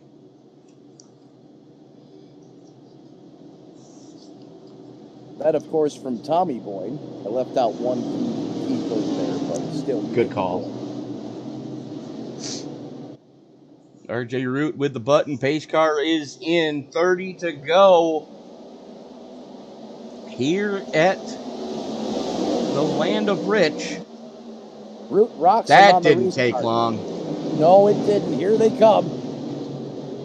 Everyone locking up the tire on quarter entry there. Here comes Rogers to the outside. Heitman got yeeted going through one. Murray literally pushing Godzilla through the corner there. Jumps up to the high side, gets out of the way. Does not want to get run over by Murray.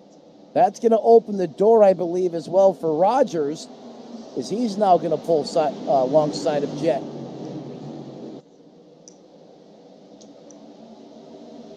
Those fast forwards continue to show the way, though.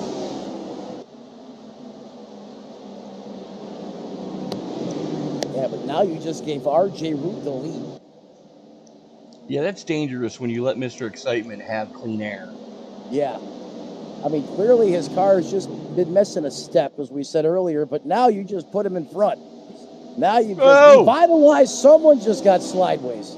Murray. That was Murray just completely dirt tracking it through the trioval. He was. And just like that, Schneider back to the lead.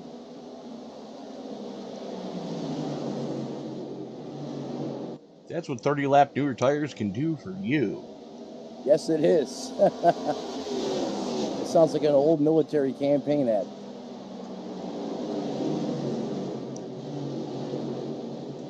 Is now Miller all over the back of Root.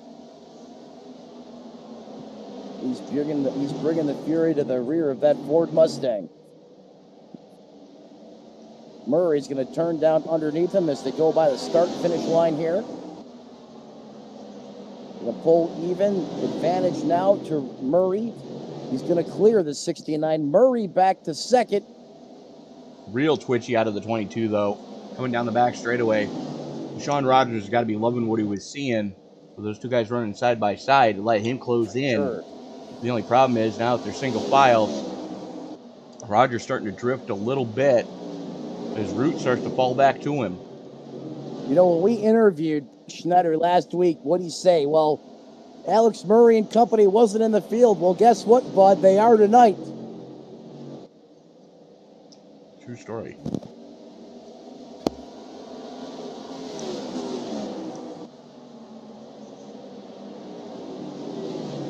Approaching 20 laps to go. It's been Schneider and Murray up front virtually all night long tonight. Only a couple of laps led by other drivers here this evening. Rogers continues to be the strongest running Camaro, now up to 4th. Can he get by Toot Root for a podium finish? RJ Root throwing everything but the kitchen sink at that thing right now as we are closing in on 20 to go. Not there quite yet, but RJ Root under heavy pressure from Rogers right now. As a matter of fact, this is looking back There he at goes. Rogers. There he goes.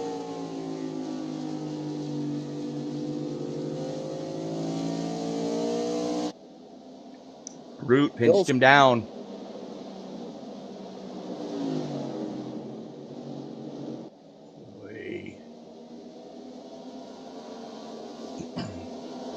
Still side-by-side action. Getting chippy. And Rogers finally just sends it through. Yeah, those new tires on the 44. Oh, that's going to back him up. Root could have dumped him there. Does not move him out of the way. But Root remains locked to the back of the Camaro. Root into the wall. Just lost the front end and corner exit. Got washed up on him, but these next-gen cars, they're resilient. Just don't break a toe link. Rogers and Root now almost 2 full seconds behind Murray, who's another half second adrift of Jacob Schneider. 18 to go. Yeah, you're right. Murray and Schneider again just walking out on the rest of the competition here. If Sean Rogers has anything in the tank, he doesn't have much time to go and gun down or run down the leaders. And he's not gaining on them, but he's not losing as much time as he was. Right.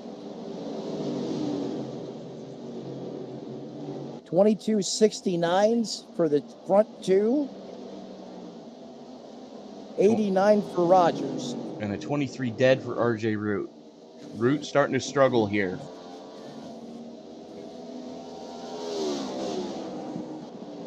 And that's what we've seen with, RJ Root's car pretty much all night long. It fires off really good, and then it just loses a little bit. Just dies after like 10 laps. Yeah, it kind of falls flat a little bit, and he just doesn't have the performance to hang with the front four. But how about Rogers? Been strong all night long, been carrying the bow-tied banner all season. And with this, if he can podium tonight, that should put him top 10. He's just outside top 10 looking in. And this should put him into the top 10 safely. Well, yeah, plus he's been in the points every stage, too. I don't know if he has, if he's eligible for the safe driving point bonus as well. But still, great points night potential here for the driver of the number 44, Rockin' Rogers. As Tony calls him, Mr. Rogers, he's eating good in the neighborhood here tonight. You're too young to remember Mr. Rogers. Mr. Rogers a little bit. Or how about Wordbird? What? Wordbird. What? Wordbird. The hell is a Wordbird? You got it. Oh, crap. RJ Root's around.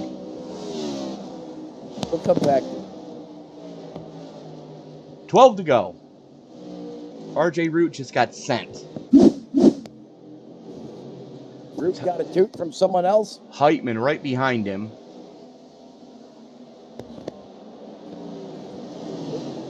Leaning on RJ Root, coming through 3 and 4.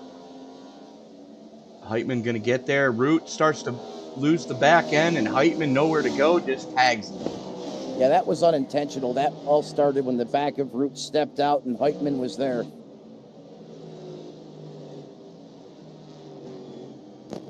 Tony, when you're done with this race, if you have time, just go to YouTube and check out Bird. If it's like Barney stuff, forget it. No, it's Mr. Rogers related. So it's like Captain Kangaroo then. I don't want to. What? I'm not going to ruin it for you.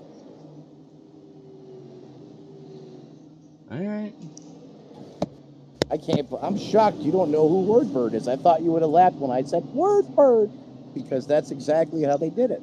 I have no effing clue what the hell you're talking about. I've stumped Tony for once.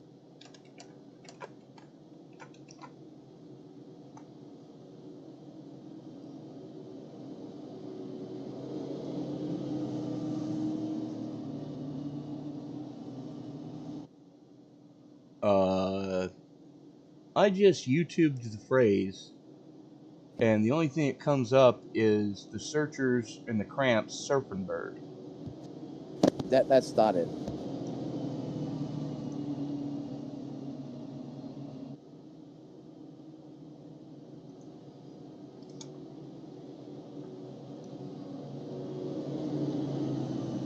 Nope. Still the Trashmen. That's not it. There is nothing on YouTube. I'll link you afterwards.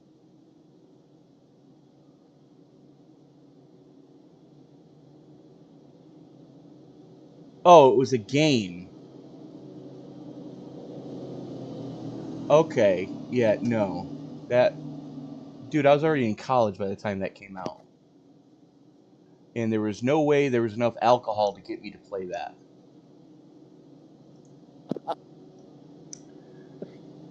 But, yeah, man, I grew up on the classics, like, Mr. Rogers and Captain Kangaroo and Sesame Street when Mr. Hooper was still alive. Who is Mr. Hooper? He owned the grocery store on Sesame Street. Oh, that's right. And none of us could understand what it meant that Mr. Hooper died. And that was a weird episode to watch in kindergarten. You still remember it to this day, huh? Everybody who was there remembers that. We remember where we were for that. We remember where we were for the Challenger explosion. I was in gym class. We remember where we were when 9/11 happened. I remember that. Yeah, it was my first day on the job at Burdick Mitsubishi as a salesman. Ouch. Yeah, and the receptionist peeks her head in the door. Hey, a plane just crashed into the World Trade Center. We all walk out. Wow, that sucks. And then she comes running in. She goes, a second plane just hit the Trade Center. And everybody at the conference table for the morning meeting, their face went sheet white. Yeah, that's how it was when I was in auto mechanics. And I'm trying to get a hold of a buddy of mine down in New York City who worked at One Trade Center. Oh God. Yeah. And nobody could get a hold of him for like 3 days because all the communications with New York City were down.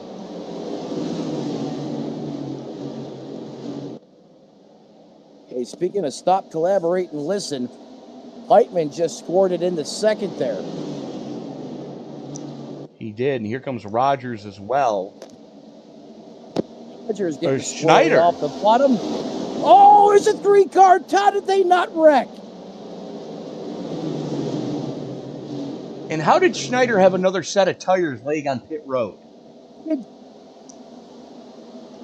I am speechless. Schneider just took a set of tires. Schneider took another set of tires, and those cars were wrecked. Oh yeah, no, that was how that's not a caution. I have no idea. Those cars should have been put on the hauler in pieces. That's got to be like one of the best iRacing saves I have ever seen. Here we go again, 3 wide. Oh, I don't want to watch. Oh, the Thunderbirds formation on the racetrack. But there's no birds in the field. Oh, look at this. Tire smoke a-flying. We're still not dying. Collie goes to third. Rogers into the wall. just drifted the corner. Oh, Cody Collie, what could have been? Exactly. Tanner Marty sideways. Everyone's tandem drifting. There 4 goes wide. Rogers. Rogers back by. 2 to go. This is your race for the win.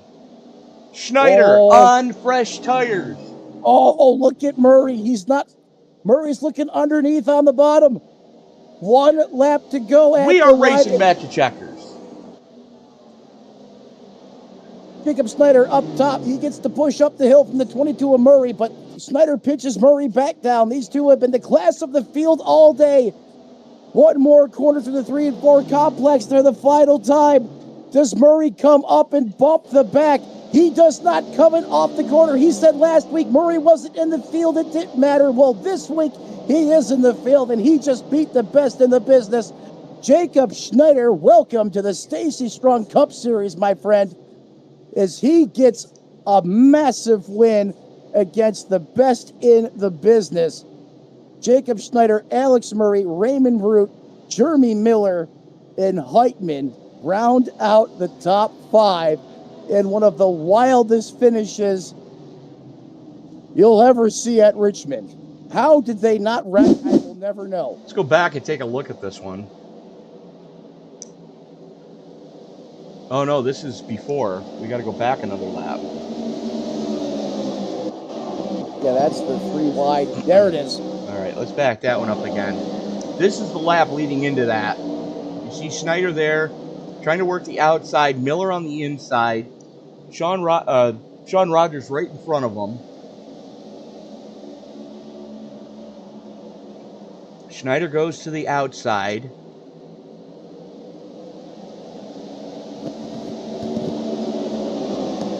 Watch this meeting of the minds. Are you serious?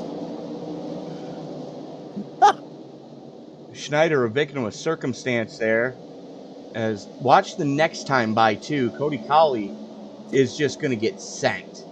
Yeah, Colley gets you set like Federal Express mail. Watch this. I think it's the next lap that Colley... No, it's going to be... Yeah, the next lap Colley gets sent. This is coming to 2 to go. Point.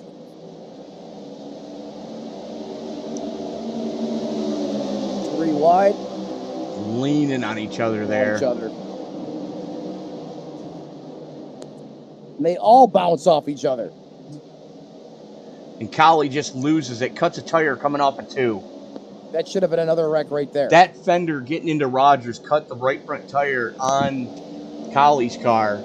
Oh my goodness. What a finish. What a finish indeed. As gotta find him again. There he is. As Matt, I believe you've got a race winner with you now. Well, for the second time, 2 weeks in a row, Jacob Schneider, the last time I talked to you, you said, in one way or another, Alex Murray wasn't in the field. Well, guess what? He was, and you just beat him, my friend. How were you able to hold off that late race charge from Alex Murray? Yeah, that was a crazy race between the two of us. It was. Man, I had it won there, and that yellow came out with like 10 to go. And I knew he was going to do whatever I didn't. So I got tires and had to make some moves there at the end. Well, Tony and I thought you were out of tires, and then you basically silenced both of us when we seen you go down there and put shoes on it again. I'd saved a set just for that occasion. Well, you scripted this one out beautifully, I guess. You called the right shots at the right time. You were able to keep that car out of trouble. But talk to me about that battle in the end. It looked like a big-time hornet's nest up near the front. Yeah, I need to go rewatch it. I know I had a car across my nose going down the front stretch. I think it was Derek, and I don't know how we all survived it, but I popped out and sang it. Yeah, I popped out and sang it, and just put my head down to go chase after Alex. Yeah, there were some of the best saves I've ever seen at Richmond in sim racing within the last 3 laps of competition. It was crazy. But, Jacob, you come out of here with just a stellar performance. What a win. What a flex you just put on the rest of this field. I mean, I'm ecstatic for you. I know. I mean, this has got to be a big win for you. You can hear it in your voice. But a lot of times, like you said last week, this all comes down to how you guys function as a team, right? Yeah, I mean, we're a team, but we race each other extremely hard, as you saw there. And yeah, I mean, we try not to wreck each other. I guess we didn't, almost, but not quite. Almost doesn't count, right? Nope. Well, Derek Snyder, we'll let you enjoy this one, buddy. I'm ecstatic for you. I'm through the roof. Before we cut you loose, who do you want to thank who helps you get it done, my man? Prodigy Sports. I think it looks like we had a top 5 lockout. So congrats to all the guys. Yes, sir. Ryko for the killer setups as usual. And I think I had some family watching too, so shout out to them. Well, there he is, ladies and gentlemen. It's a twofer for Jacob Schneider, back-to-back winner here in the Stacey Strong Cup. No, I was saying it last week. Alex won last week. Oh, that's right. Thank you. Well, he's coming on strong here in the Stacey Strong Cup Series. Multiple wins inside of 3 weeks. That is your leader, your winner, Jacob Schneider in the O2. Tony Trapasso, back to you. And Thank you, guys. And joining me now is the points leader coming into tonight, and coming out of tonight by far, Alex Murray. Congratulations on yet another podium finish. Yeah, thanks. It was a long one tonight. It looked fun out there with you guys. It was fun with me and Jacob, but all the cautions kind of ruined the show, in my opinion. Just people not using their head. Nothing more to it than that. Just people driving way over their head early, and then late in runs. Obviously, the car just your tires are so shot at the end of runs that people just overdrive the car and put themselves in bad spots. But otherwise, it was a really fun race between me and Jacob there. It definitely looked fun from up here. But Alex, did you have another set of tires in the closing laps? I did, but I knew that my only shot to get by Jacob, with us being so even, was to stay out there and try to fend him off and move him out of the way. Unfortunately, I just didn't hit him quite hard enough there going into 3 on the last lap. So he knew it was coming. I mean, me and him have raced each other for a long, long time in real life, and he knew what I was doing. So that's the one downside to knowing him in real life. Well, Alex, as we take it into the final 4 races of the season, next week we're in Brooklyn, Michigan, in the house that Penske built. What are your thoughts going into the 2-miler there? Honestly, I really don't have any thoughts on it. I know that we're going to be strong. We're strong everywhere we go, thanks to Ryko, and just think it's going to be a battle between us again, whether it be Jacob or RJ or Jeremy, Derek. I mean, any of us can win it there. I mean, it's going to be like Pocono, where whoever's out front on the last lap is it's kind of a sitting duck. So yeah. All right, Alex, who helps you get it done on the 22? Ryko Performance, Shamrock Auto Care, Caliber Collision, Simrat Marketplace. Let's see, who else is there? P1 Coffee Co. Obviously my family, my fiance. I may or may not be here next weekend. Not sure. She's 9 months pregnant, so we'll see. Well, if you're not here, congratulations. If you are here, good luck. All right, thank you guys. All right, that's Alex Murray. And Matt, I believe you've got Mr. Excitement with you now. That's right, 69 time in prime time. You know it's going to be RJ Root coming home in third. Great to talk to you again, buddy. How did you get that 69 to the podium tonight? I honestly have no clue. I was dealing with overheating the right rear all race, so we were trying to do the strategy where I could keep fresh tires on it as much as possible, and couldn't even do that because Jeremy ended up accidentally clearing himself off of another car, and so I mean it was just fighting for the last 100 or so laps, just trying to get everything out of the car. I think you did get everything out of the car and then some. I mean, on the initial green flag there, you were really able to charge through the field, and then Can you describe what happened with the race car? Because it seemed like after the first time you came down pit road, I mean, it lost a little bit. You just didn't quite have that initial surge that you had.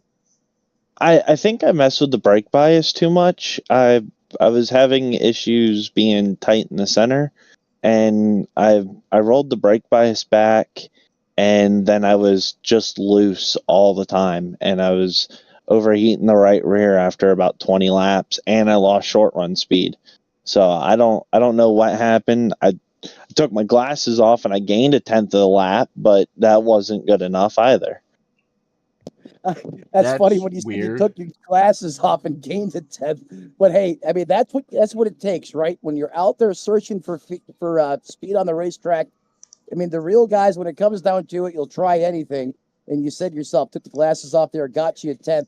And we definitely seen you out there skating a lot, trying to hold on to that race car. It was definitely a handful for you. I mean, those closing laps, though, my goodness, that was a battle of the ages. Yeah, that was a lot of fun trying to come back from ninth on that last restart and just trying to get through the field. I mean, there were points where I was 3 wide top, and then they were 3 wide in front of me. I just had nowhere to go, and they start dooring each other, and I just tried to put myself in the best lane to get through it. I'm sure you've seen those shoulda, woulda, coulda been wrecks there that just didn't end up that way. That was just incredible from Tony, in my standpoint, up here in the booth. But you get it done in thrilling fashion, as always. We don't call you Mr. Excitement for nothing. RJ, who do you want to thank for the strong run here tonight? I really got to thank Brandon's Lasers, P1 Coffee, Shamrock Auto Care, my girlfriend for letting me do this all the time, everybody at Prodigy Sports, Ryko, for giving us an amazing set. Even though it wasn't amazing for me, it was amazing for everyone else, and it did me good this week. Finished P5 in my race last night on my birthday, so well, happy birthday. We're trying to make it.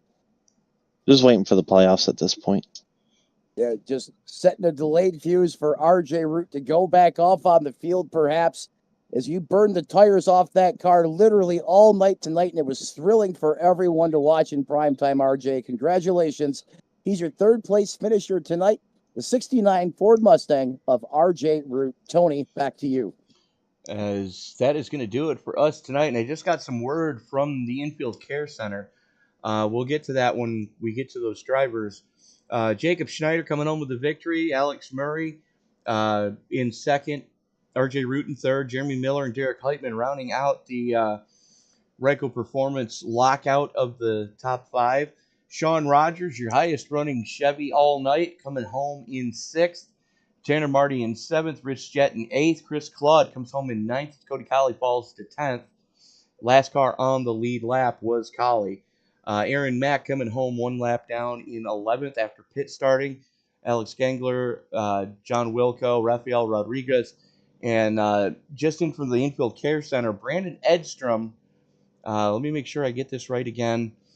Brandon Edstrom has a Tier 3 quad pole. So, unfortunately, he was not able to feel his not able to feel his brake leg much tonight, and it really threw his race off. And also, Joseph Lester with a leg injury was racing with a boot on his right leg all night. So, hats off to those guys for even taking the green. Yeah, I'll say Tony Trapasso, and even with that boot on his leg, I mean, Lester was flying there to the front. He was at that, and picking back up, Steve Herring in 16th, Matt Mack in 17th, 18th going to Mark Johnson, Tim Cook in 19th, Ron Fitting in 20th, Jeff Carson, bad luck for him continues as he finishes just outside the top 20 and 21st. Dalton Mobley got wadded in the tail end of this race, ends up 22nd. Miller Bonds had problems early, 23rd. Ken Ron, Kabaja Holt, Lauren Jones, the aforementioned Joseph Lester, and R.P. Allen was the first one to put it on the hauler tonight. That is going to do it for us to see. Excuse me, I got the hiccups again, and I don't know why. It's going to do it for us this evening. Be sure to join us tomorrow night as we've got a quadruple header in store for you. Bear with me one second, folks. I just lost my note page. There we go. As we are going to kick things off at 8:10 Eastern Time with the A Lot Cleaners Xfinity Series round number 20 from Road America. the SCL Winston Cup Series, round number 8 from Chicagoland, and the All-Pro Sim Series, final race for the King of Cali, race Twin 75s from Five Flags. That'll be a 9 p.m. Eastern start for that one. So be sure to join us then. We've got a quadruple header in store for you on Tuesday night with Jack Dell Motorsports and Esports Truck Simulator Series. As they are going to be here at Richmond, the SCL Super Late Models, round 5 from Myrtle Beach. The Ricmatech Truck Series, round number 15 from Michigan. And the nightcap, as we always do, Western States Racing League, round number 4. And they are going to be at Indianapolis. He's Matt Metler. I'm Tony Trapassa, reminding you, ladies and gentlemen, that as you walk down the road of life for the rest of the week, or hobble down it, as some of our drivers are going to have to do us all a huge favor. Don't play in traffic. God bless. Good night.